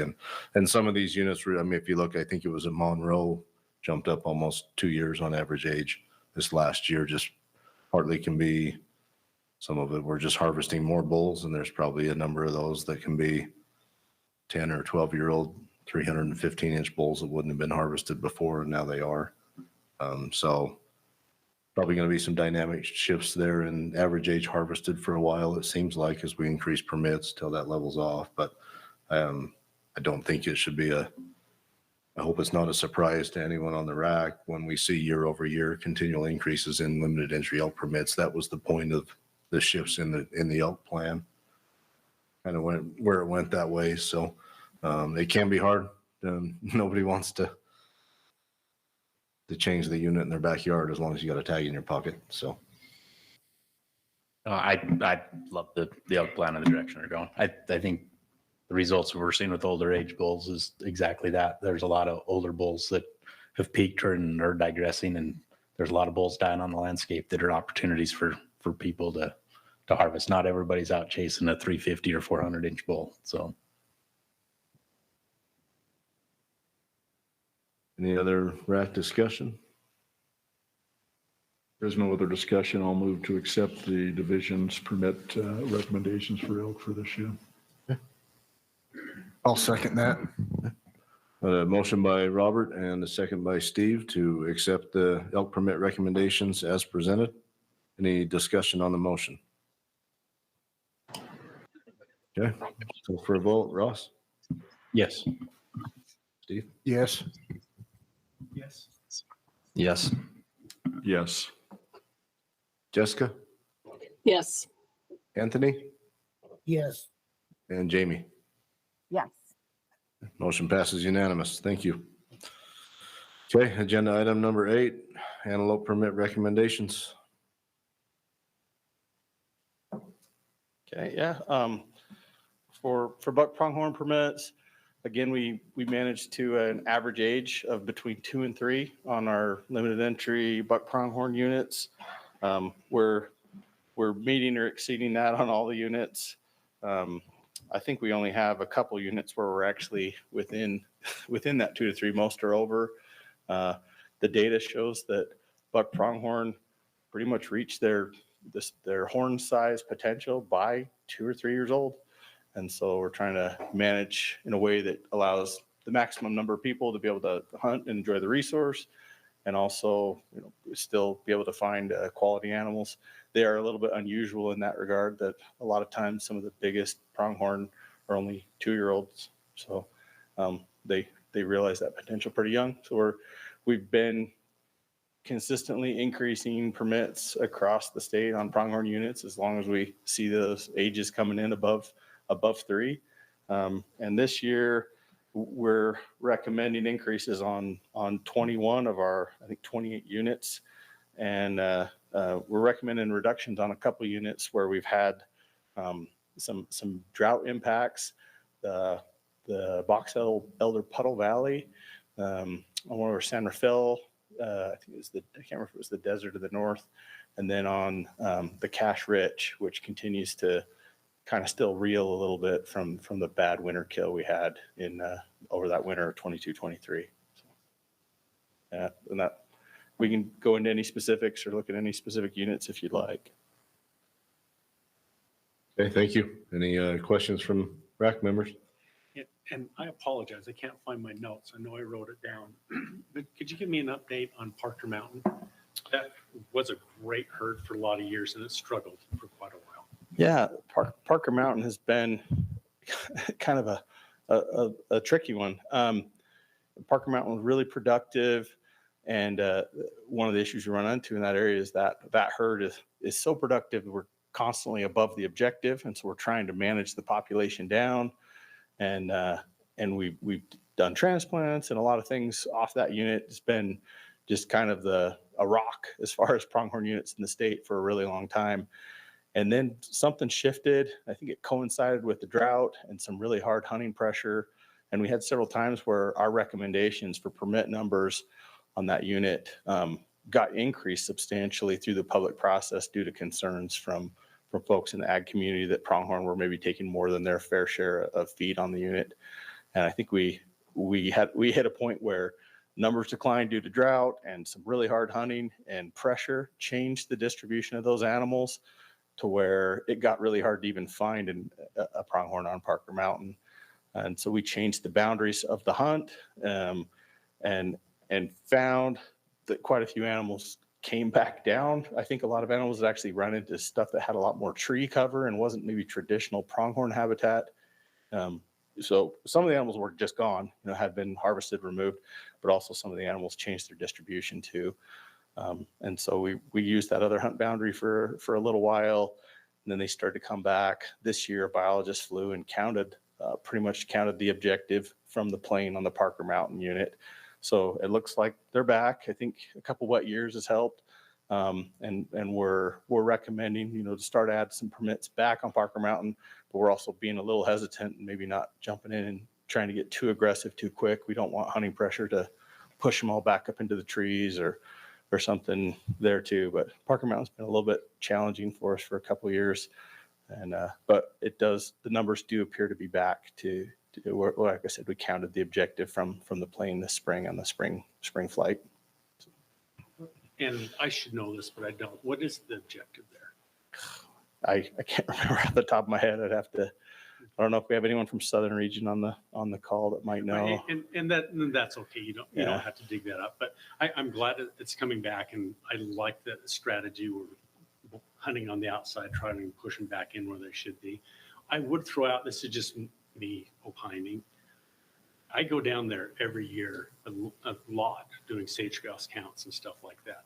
I still see more deer than I see antelope. So I'm still concerned about that area. Maybe the objectives have just been set real low because of other issues.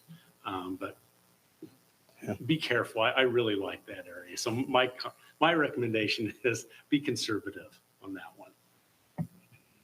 Yeah, you see on the buck recommendation, we're recommending going from 50 permits to 75 permits, which is still well below where we had been historically on that unit. So we're trying to take it easy. We also are seeing a really high buck to doe ratio. A lot of the population that is there is a high proportion of bucks.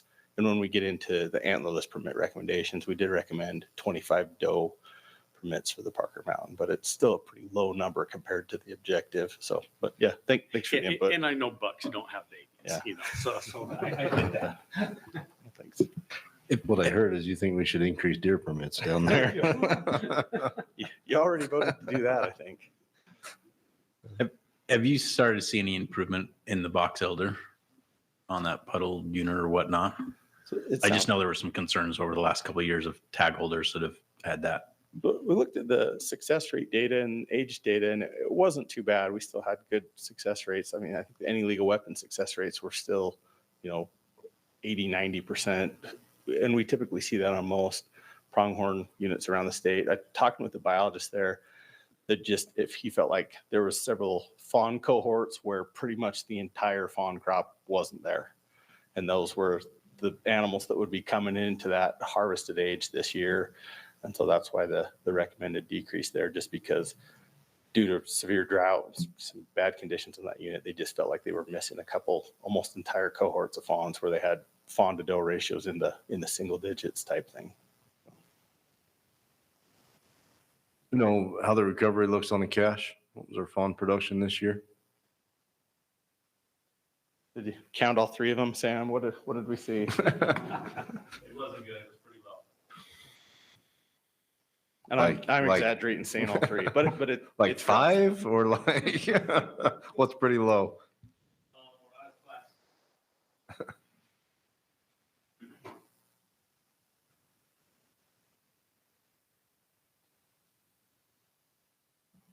Just wanted to make you get up out of your chair. Sam Robertson, the cache Ogden district biologist. Classifying pronghorn on the cache was pretty tough this summer. There was, I think I counted, like 6 fawns total on that. When we flew it, we counted 186 total pronghorn, which is down significantly from where we've been in the past. Are there any concerns with the Wyoming issues might be creeping down?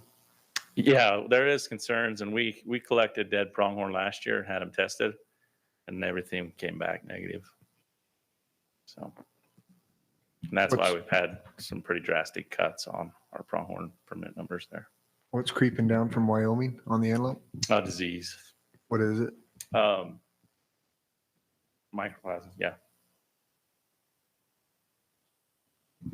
When do you guys do your counts on the antelope there? In the spring, like in April, when we do our flights. And then I do summer classifications out there before the hunt start. All right. Thank you. Yep.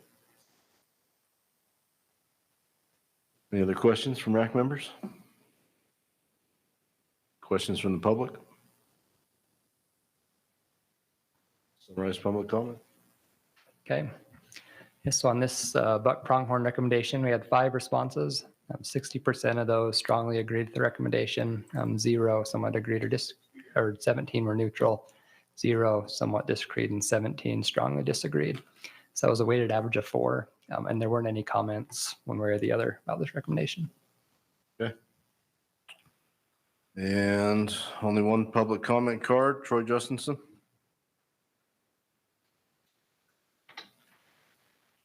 Troy Justinson, Sports and Fish and Wildlife. You know, Randy, you comment that bucks don't have does, but one of the things in the early days on the Parker, the common saying was that's the only unit in the world that bucks actually have fawns, because there was so dang many antelope on that place. It's amazing. But like you, I seen them disappear. I never thought there would be a day that you could go out in those flats and not see an antelope, and that actually happened to me. And it was amazing, but I'm glad to hear they're coming back. Antelope is a real success story in the state of Utah, especially as you get down in that Fillmore country. If you see the size of antelope they're taking lately, I never thought we'd see antelope consistently taking over 90 inches, but there's been a few killed down there, so it's pretty exciting to see. So we support the division's recommendation on antelope numbers. Thank you. Thank you, Troy. Okay. Open it up for RAC discussion.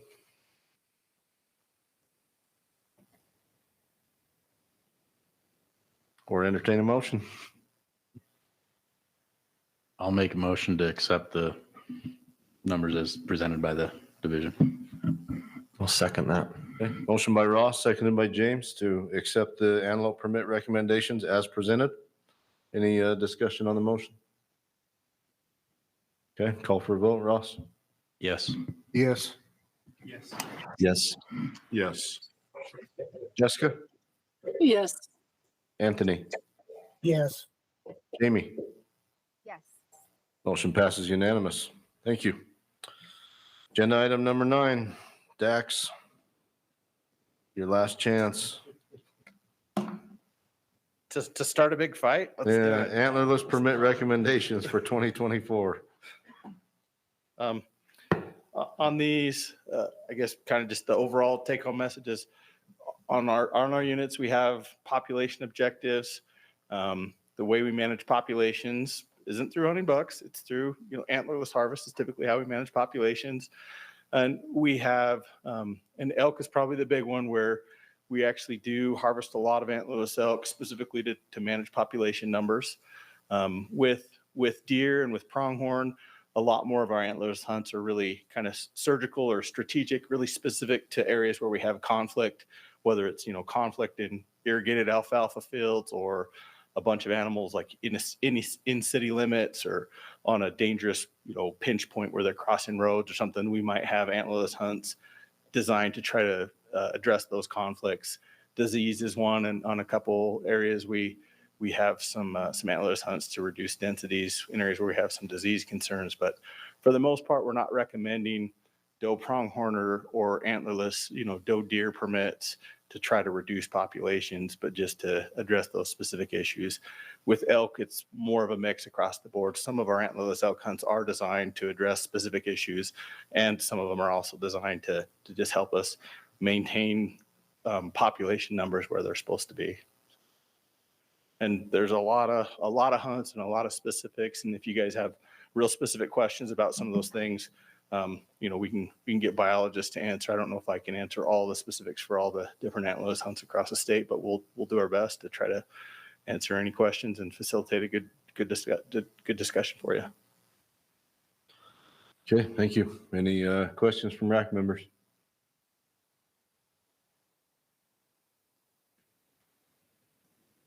I'm going to pose one question, and on the East Canyon, North Salt Lake, that antlerless deer hunt is, I take, to address disease concerns. Is that correct? Come You on. have to come up to the mic, sorry. Jayla, announce your entire title again as well, please. Jayla Walden, district biologist. Thank you. So that hunt is to address disease, but also just the urban interface conflict to try to reduce those numbers that are coming down into town. But it's kind of two-pronged because North Salt Lake and Bountiful is having an explosion of CWD right now. So How many positive cases have we had? Do you remember? it changes constantly, but the last I looked, it was like 23 positives. Let me double check and get you an accurate number. Okay, thank you.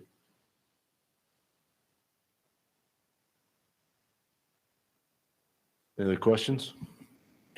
Yeah, sorry, I guess I should have told you to hang on with.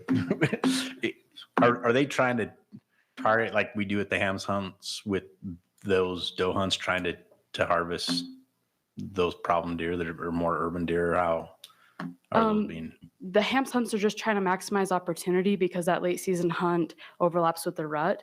And then it also helps with CWD concerns because it allows a higher likelihood of harvesting a mature buck, which are the deer that are more likely to spread CWD. So, sorry, let me clarify a little bit. Just meaning on the antlerless specifically, like, are they doing things are we trying to do specific things to try to make sure that we're harvesting the antlerless, the does that are coming down into urban areas versus just kind of in general on that whole unit? Oh, the boundary is just set up to try to target those. That's the goal with that, but there's not any, when hunters call in and ask me what the goal is for it, I explain to them. And so some of them will try to target as close to the boundary as possible to town. But there's no other ways to target those. I've got two questions. So, first one is, I don't know how to word this. I don't get how you do a hunt for diseased animals if they're not all diseased. I see Idaho, I see Colorado just wiping out complete populations. How do you address that? And then what is the boundary? So you can't target a diseased CWD deer intentionally other than seeing one sick, but they do carry CWD for 18 to 24 months asymptomatic. But by reducing your buck to doe ratio in those areas, you're significantly slowing the spread of CWD because the mature bucks are the ones that carry it the most frequently because they're coming in contact with large numbers of does. And so when you take some of those mature bucks off the landscape, you're more likely to have younger bucks breeding does, which then reduces the likelihood that you're going to be spreading that disease. I understand that part of it. I'm not worried about the buck harvest. I'm worried about the doe harvest. That bothers me. Yeah, so the primary intent of that is just to reduce conflict in town, but it does help reduce the spread of CWD because it's just reducing that overall population. And the boundary, I'm not real familiar with that area, but what's the boundary roughly?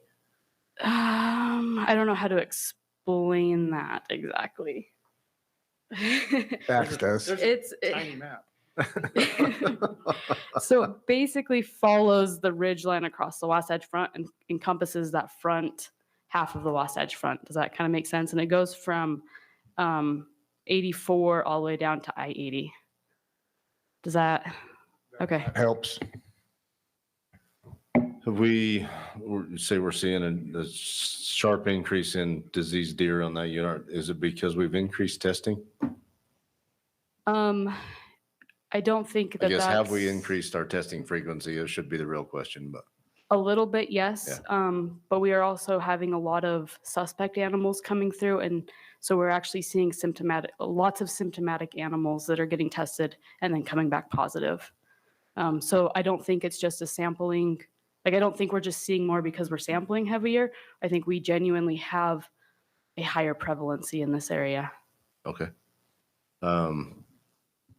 Has that caused us to expand our testing on surrounding units? I don't know if you know that, So or Jim, or- so we're in a like a 5-year cycle where we have target units to go through. And we've gone back and forth as to whether to keep this one in the rotation. And I think we're leaning towards leaving it in to try to get a better grasp on what the prevalency is. But I don't know for sure if that's what will happen. Jim has something to say. Yeah, Jim Christensen. So with our nuisance and depredation technicians, they'll go through and pick up dead deer out of backyards and all that. We have told them that anything dead along the Wasatch Front now we want sampled rather than just go pick it up and throw it away. We need to increase those samples that are taken. And so, okay. But like Jayla said, the majority of these looked suspect and were called in. There's been some that, you know, we've actually euthanized because it looked so sick and taken it in, and they have tested positive. But through the time that we've been sampling, we are up to 21 positives. What, over what time period? Do you remember? It's just really the last 4 or 5 years that we started picking it up. And really just the last couple of years that we've actually picked it up. And buck to doe on that one, is it how many bucks versus how many does have you guys picked up that have tested positive? Let me see if it breaks that. I don't know if it breaks it out in this. I'll look into that though, see if I can. I was just wondering, just for, instead of like what Steve was saying, harvesting the does, is relocation an issue with moving those deer to different units since it is a high CWD area? And so it is best just to open up a doe hunt in. Oh yeah. Okay. Yeah, we wouldn't even attempt to, but statewide, we won't move deer anymore or elk. Gotcha. Where the primary goal is urban deer, is there any methods that can be taken to primarily target the does that are the problem deer, urban deer, versus just here's your doe tag and free game? I mean, if that's the primary target, we should be doing something to try to make sure that's what's getting harvested. So kind of the main goal is to reduce densities. We want to spread deer out so they're not as congregated. And so that's part of the doe harvest as well. It's not just to reduce the population. It's to spread them out too.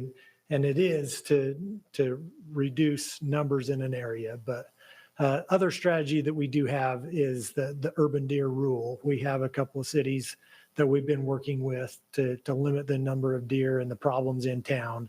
And with them, we were really pretty conservative in the beginning before CWD, to where we didn't want any mountain deer being harvested. So we'd cut off their harvest dates about the middle of October. We've expanded that now, so anything coming into town, we're allowing them max season dates on when they can remove those deer that are in town as well. So they're not getting it and taking it back up onto the mountain. We are going to be doing a collaring project up there to see what kind of movements we are getting in and out of town, just to make sure we're not sending deer out of town up onto the mountain and up to the east over on the other side. Because if we get it on, further east, we do have deer that will spend the summer near the top of the Wasatch Front there, and then move down towards the Echo Reservoir interchange. If we get any CWD going down there, we'll just expose all of the North Slope, all Chalk Creek, Morgan South Ridge. I mean, that's just a pinch point for a lot of those units. Thank you. Sorry, I just wanted to add one other thing with that. We did have a positive hunter harvested up in Immigration Canyon this year as well. So it is on the mountain. I don't know what the prevalency looks like there yet. Okay. Thank you. Dax, do you know what Colorado came up with after they did this to some units? I know they really wiped some deer herds out. Did it help in the long run, or? Yeah, and I wish we had great answers. Like, if you want to get me depressed, start talking about CWD. I'm with you. It's kind of a depressing thing. The best available science right now it indicates that if you run lower buck to doe ratios, have fewer, older age class bucks, which are the most likely to have and spread the disease, you're probably not going to ever eliminate the disease from a landscape, but you'll prevent the spread so that it doesn't spread to more adjacent. You're more likely to prevent the spread if you manage for, more like how we manage general season deer. That's one of the reasons we think, after doing a big analysis, why CWD prevalency in Utah probably stayed low a lot longer than it did in parts of Colorado and Wyoming, because we managed our general season deer units for lower buck to doe ratios. So, these hunts, I think, are designed to try to help us contain it from spreading. And like Jim mentioned, getting into multiple other herds. And I don't know if we can I hope we can do that, but I don't know if we can do that. We're not trying to wipe it out and kill all the deer on a CWD positive unit, because that doesn't really get you anywhere either. So, but the way we try to manage general season units for bucks, I think, can help. And trying to, maybe target some hot spots with some of these hunts can potentially help. But really what we're trying to do is just slow the spread or prevent the spread rather than eliminate the disease. I wish there was a good way to do it. But we're starting to see in some of those states that have the really high prevalency rates in Colorado and Wyoming, they're starting to see reduced herd productivity, and just their overall population is shrinking. And it's likely due to, prevalency rates of 20% plus of CWD in the population. They're seeing reduced herd productivity and declining populations. So one more thing to go against mule deer. I vote no. Okay. Any other questions from RAC members? Okay. Any questions from the public? All right, summarize public comments. Okay, so for our Antler permit recommendations, we had 6 people respond. 33% of people strongly agreed, 17 somewhat agreed, 33% were neutral, 0 somewhat disagreed, and 17 strongly disagreed. So that's a weighted average of 3.5. We also had 2 comments. One of them pertained to the Camish unit, and they didn't like seeing the control hunts on those units. They feel like a lot of those elk, the problem elk, are coming from Chalk Creek, and they'd rather see those control permits go to Chalk Creek rather than impact the camas herd. The other comment pertained to moose, and they didn't like seeing they wanted to see something in place to not allow the harvest of a moose with a calf. Thank you. Don't have any public comment cards for this item, so move on to RAC discussion.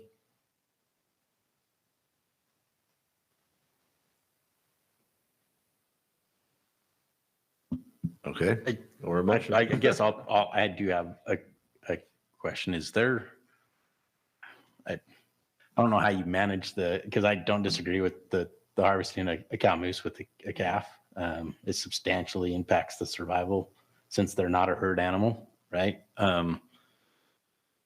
But I guess my question is, how do you police that? It's almost nearly impossible unless somebody witnesses it happen, right? I mean, I don't know if there's anything in the regulations that go to that, or if it's just strongly recommended not to harvest a cow with a calf, or is there anything around that?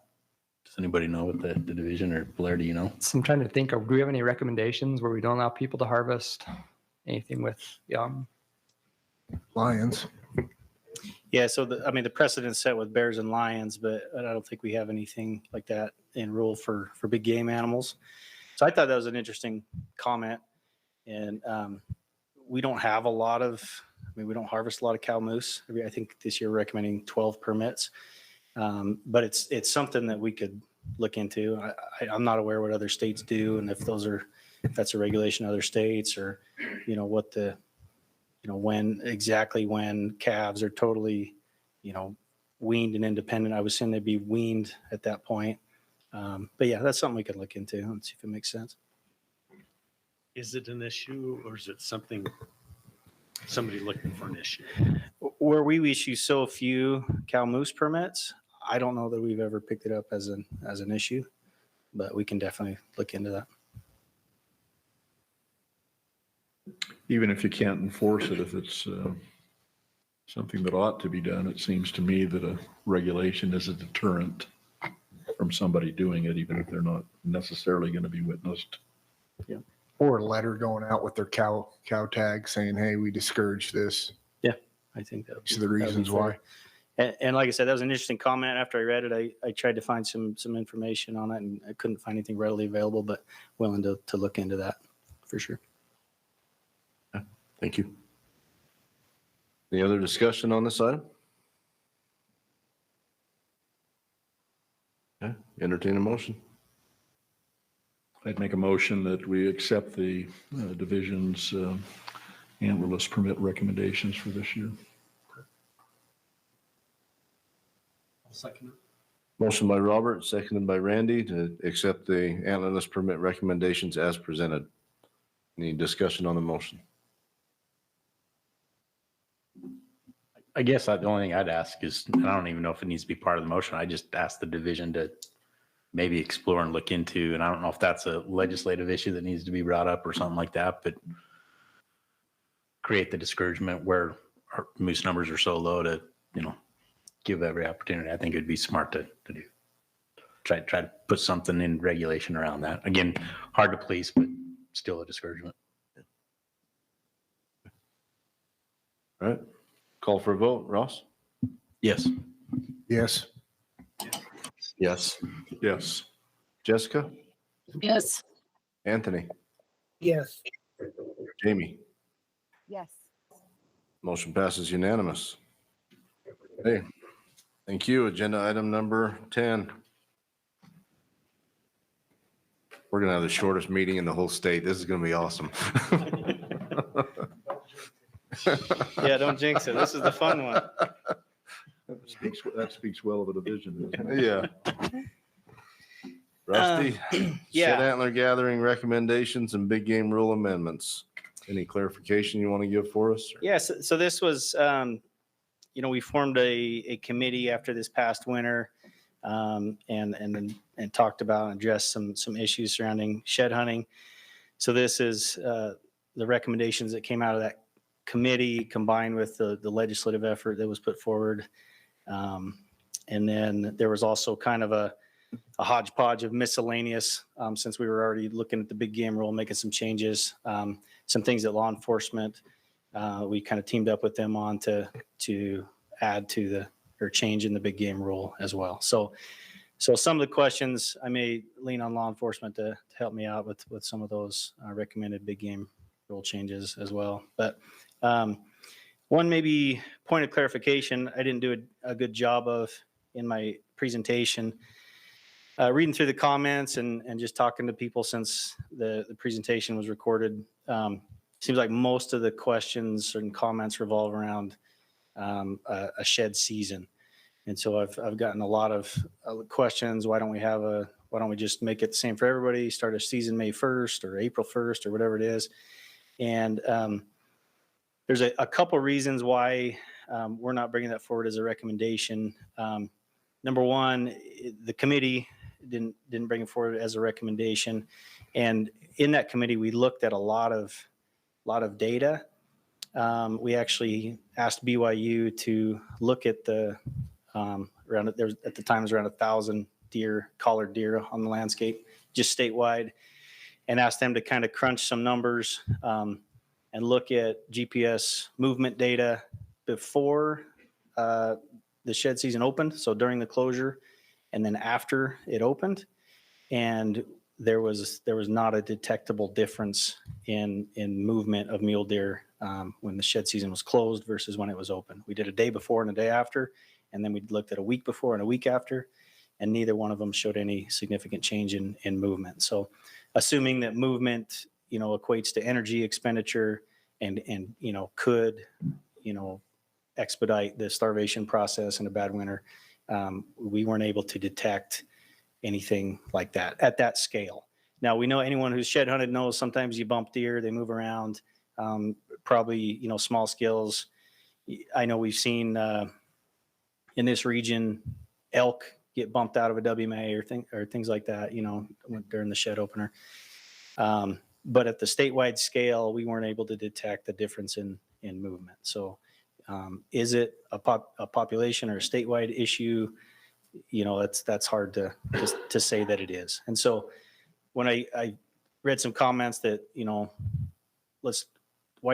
trying to make everyone happy, why don't you make a biological recommendation? And my response would be that is the biological recommendation based on the data that we looked at. So that's one reason.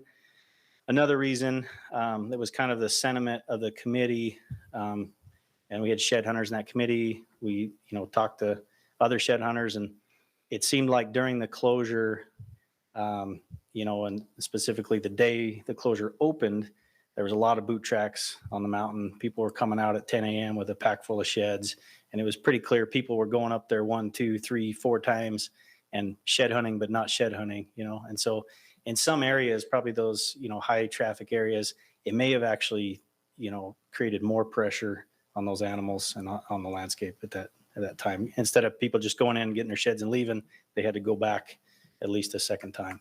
So those are some of the reasons we didn't put that forward as a recommendation.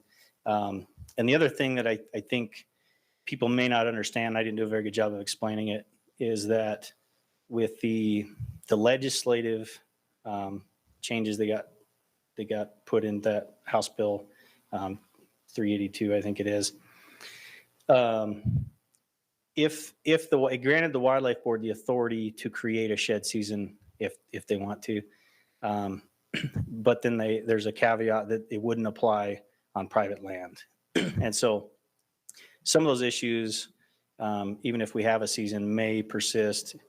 You may still see, private land trespass, all those types of things. So anyway, that's the reason we didn't put that forward as a recommendation. And so we're recommending a non-resident season. And that was the sentiment and a lot of it came from some of our land management partners that seems like non-residents are contributing to some of the issues on federal land and things like that. So that was the reasons behind those recommendations. Just wanted to get that out there because I'm sure there'd be questions about it. But with that, I'm open to any other questions, or Blair, if you have any encouraging comments about my facial hair, I'd be open to those as well. Any questions from RAC members? So before I ask questions, thank you for putting out that extra information, because not having a season on it gives me a little bit of a shiver. I just, it's anecdotal to me, but I think part of the problem with the caching deer is there's no safe haven. There's no safe haven up there. There's a road every damn quarter mile. And it seems like they need a rest, but if that's what the data is showing, I'll go with that. Yeah, and I don't want to confuse anybody, we still think that an emergency closure in a really hard winter, bad enough that it triggers deer feeding, that, yeah, we should have an emergency closure and give them the best possible chance of survival. But on just your average year, we didn't feel like a season was necessary to recommend. Now, this one, and my information might be wrong, I think I'm right, but I think most of the surrounding states have some type of licensing or fee or something associated with it. Why is there nothing like that in this proposal? So that was part of the recommendation from the committee, was to, and based on age, youth, we weren't going to require, well, if you were 11 or younger, we weren't going to require anything, but 12 to 17 would require a hunting license, and then 18 and older require a hunting license and a permit. So that's what we needed legislative help to get that. And that was decided at the legislative level to not include the licensing and permitting requirements. So because there's already code that outlines specific activities that you can require a hunting license for, we needed that in code in order to require a hunting license. We needed to specifically say a hunting license is required for shed hunting. And since that didn't happen, that's also not part of the recommendation. And then also the permitting, we needed in code to outline a fee and that sort of thing. And that also didn't end up in code. So. All right. Then a side issue is not on the shed. I really like the change to the night vision. I know it's probably a side issue, but anything to make things enforceable. So Yeah. I thought that was a good addition. Thank you. I'll add a little bit. I sat on that committee, and another reason we didn't do a season is because there's cow elk hunters in January. There's coyote hunters, lion hunters, bobcat hunters, chucker hunters, and that's just the hunters that are using the mountains. Then you got the skinny skiers, cross country, no shoers, everybody else, why ban the shed hunters and not everybody else? So that was brought up too. That's a good point, Steve. Thanks, sir. Remind me. Jamie has a question. Jamie, go ahead. It's been answered. Thank you so much. Thank you. Any other questions from RAC members? Questions from the public? Okay. Summarize public comments on this one? Okay. All right, so for the shed antler gathering rule, another big game rules, we had 12 people that responded to this one. 27% of people strongly agreed, 0 somewhat agreed, 9 were neutral, 9 somewhat disagreed, and 55% of people strongly disagreed. So that's a 2.4 out of 5 average. And we did have 9 comments as well. Some of those people that were in support of it, like that there was a non-resident closure, and also like that there was a mechanism in place to close shed hunting if the winter was severe enough. There are also quite a few comments that didn't, or that did, but would want to see essentially a winter closure. And some people didn't agree with the non-residents being closed at all. They felt like it should be closed to everyone if there wasn't a closure there at all. So. Okay, thank you. I don't have any public comment cards for this one, so open it up to discussion from RAC members.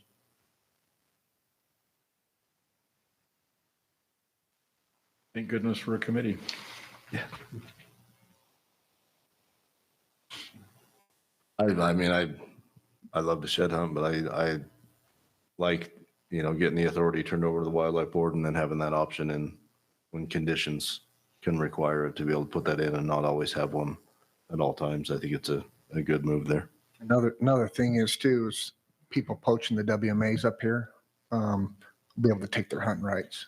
Got a little sting to it now. Yep. And when we do close it too, there's been counties that the county attorney wouldn't even prosecute guys that got caught. Now they have to, because it's Utah law. That's a good point. One part that was kind of highlighted in the presentation was adding the dollar value associated with that then takes it over into the penalty side. So, okay. Any other discussion or entertain a motion? I'll make a motion to pass it. I'll second. Okay, motion by Steve, seconded by Ross to accept the shed antler gathering recommendations and big game rule amendments as presented.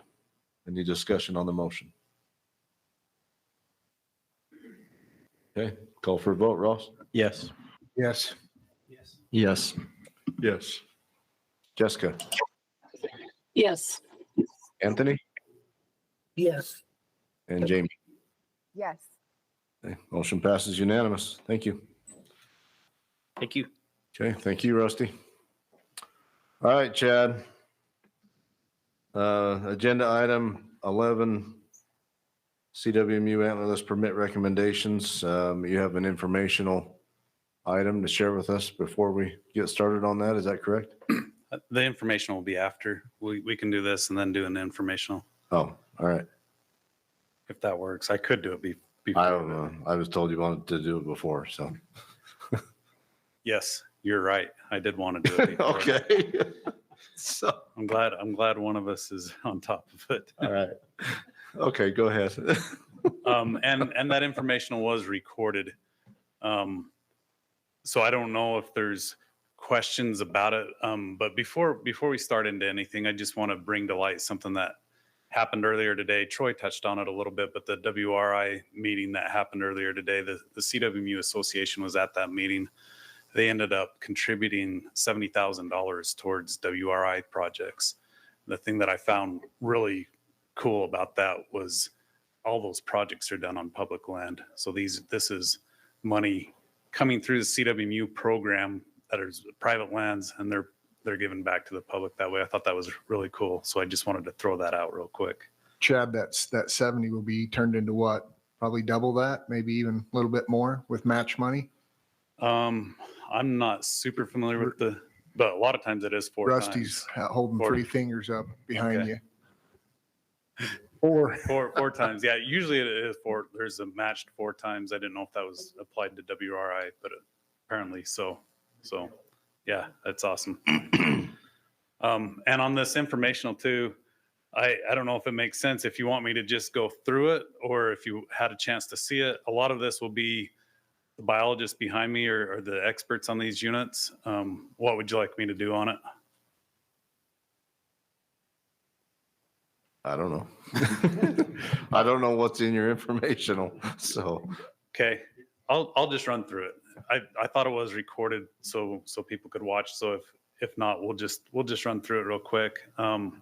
This is something that the Wildlife Board in November asked that we come back. If you remember last year when we did permit recommendations, there was a lot of people wondered what the CWMUs did. We made a lot of cuts to the public, and they just wanted to make sure the CWMUs were doing their part. And it was specifically on Morgan South Ridge, Chalk Creek, and East Canyon. So this may be better. I wonder if I should just try to get into this meeting real quick. That's going to take, I'd have to get my hotspot out because I'm not connected right now. So You can speak to it also if you want. It was recorded. Okay. Just give a summary. Okay. Okay. Yeah. So essentially what we looked at was a lot was on the deer. And so you saw most of the CWMUs in those units that I looked at the harvest, not as much as the permits, but the harvest that they had was significantly less than I compared it over the previous 4 years. So you had 4 years, that average, and then you had the hard winter year and what that was. And most of them were down 20+% of harvest of what they were in those previous years. Some CWMUs would still take permits, people would hunt, but they already hunt at a lower rate anyway too. So I thought that was the most fair thing to do. Then I had some graphs on elk as well in those units of how many bulls and how many cows are being harvested on those. So yeah, I don't know if there's questions on it or. I've got, and I know some of the changes they're trying to target for harvesting of antlerless elk on a lot of those units, but again, just going to the biology and the science, I understand why a lot of them did lower tags for their units, but again, as from the division's recommendation, if the buck to doe ratios are exceeding and we've got a hard balance between what's public and what's private, is that really the right management strategy to a degree? I understand they're managing it for what they want on their numbers, but it seems like there should be an increased harvest on the bucks to help with those buck to doe ratios that we're finding challenging up north. Yeah, and where it gets really tricky is CWMUs are a limited entry unit in and of themselves. So when we manage a CWMU, we don't want to manage it towards whatever unit they're in. So a lot of those are 18 to 20 bucks for every 100 does, but on our limited entry ones, we're 25 to 35. So we don't want a CWMU, because whoever hunts that, the public draw is using limited entry points to hunt that. So we don't want them to have an experience that is essentially a general season unit. We want them to have a limited entry experience. So it is difficult. And also you have a lot of private landowners, and some of them choose to do different management styles. So once again, it goes back to a lot of what Dax was probably saying. You know, like you can get those bigger bucks with higher buck doe ratios, and the population may hurt a little bit from it. Ultimately, it's kind of hard on public or private land to dictate everything that they do. Nor do I think we want to. It's like, again, I think it's a tough thing to balance. Same with kind of the Antlerless. It's where's that balance? And I get it, limited entry experience. It's just something for the mule deer committee to try to figure out. Because again, the complaints with the crowding and the numbers, but also what is public in that area. It's a tough one to manage. No clues on where the right direction is, but hopefully something the committee brings up. Yeah. I'm assuming we're going to see something along these lines addressed in the updated rules that are going to come out this summer. Yeah. So next RAC cycle, we will have some recommendations on the CWMU rule. A lot of those do deal with antlerless. Some recommendations to help us get to objective with antlerless stuff. We did talk about potentially doing some things with the antlered. It's a hard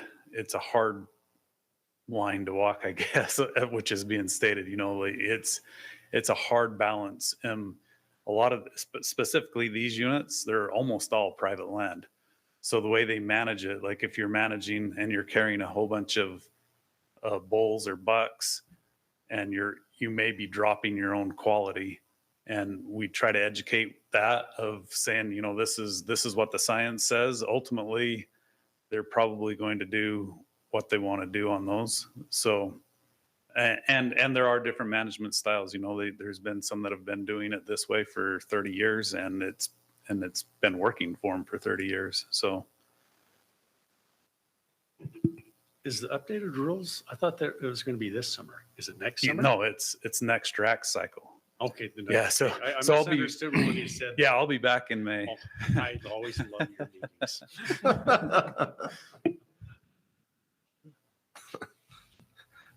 Any other questions from RAC members?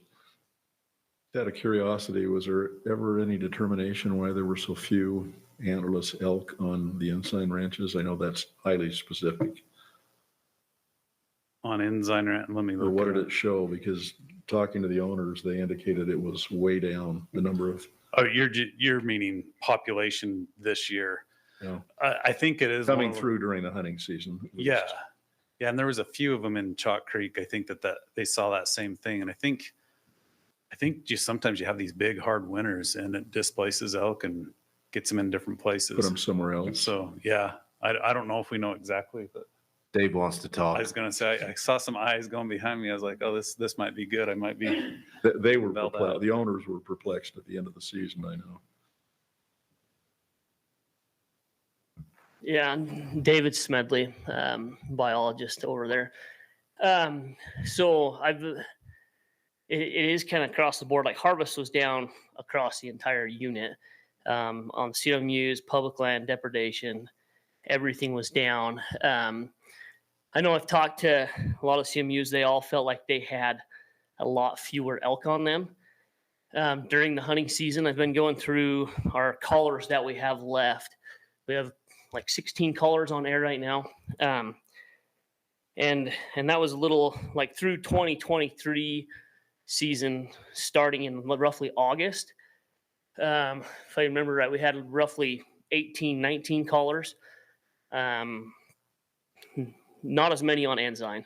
I think Ensign is down, there were, but just in general, 80% of those collars to 95% were on CWMUs at least 50% of their time. And they'd bounce back and forth. Some were totally on a CWMU, but that was about through October. And then November in 2023, that dropped to between 50 and 60 for November, December, and January. So kind of that time where they're starting to kill cow elk. They did lose quite a bit of what was normally on the CWMU. So, but I think we did move a lot of elk. We had, it's just over 721 we counted in Wyoming. We had 5 collars that were in Wyoming that we flew. And when we collared them, all 5 of those collars were collared in Utah. But they stayed in Wyoming this year into January, where in the past, by November, December, they were already in Utah. So more elk there than what are normally there. So that could account for it too, that there's just, we have moved some elk and they've just spent time with in different places.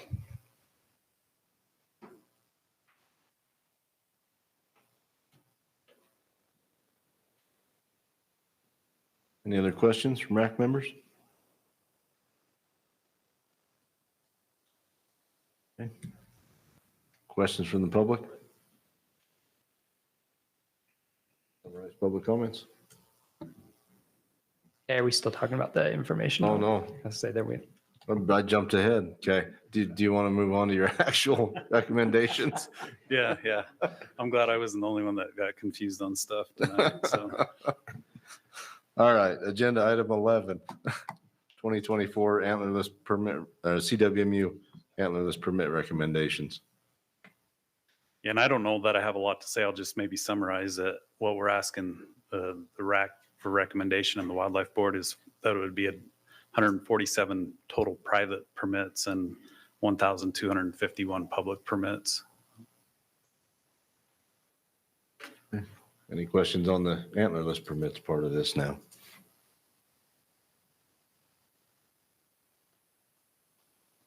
Okay.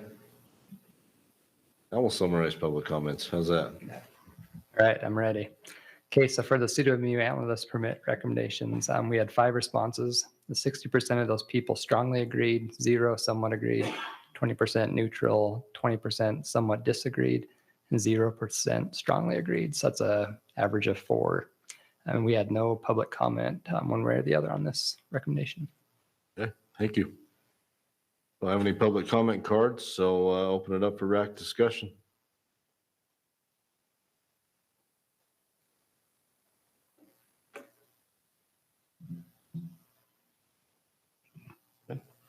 I'll just move to accept the proposal as presented. I'll second. Motion by Randy, seconded by James to accept the CWMU Antlerless Permit Recommendations as presented. Any discussion on the motion? For a vote? Yes. Yes. Yes. Yes. Jessica? Yes. Anthony? Yes. And Jamie? Yes. Okay, motion passes unanimous. All right, that is the last agenda item for tonight. Call for motion to adjourn. So moved. Not going to take a vote. Any opposed? All right. We are adjourned.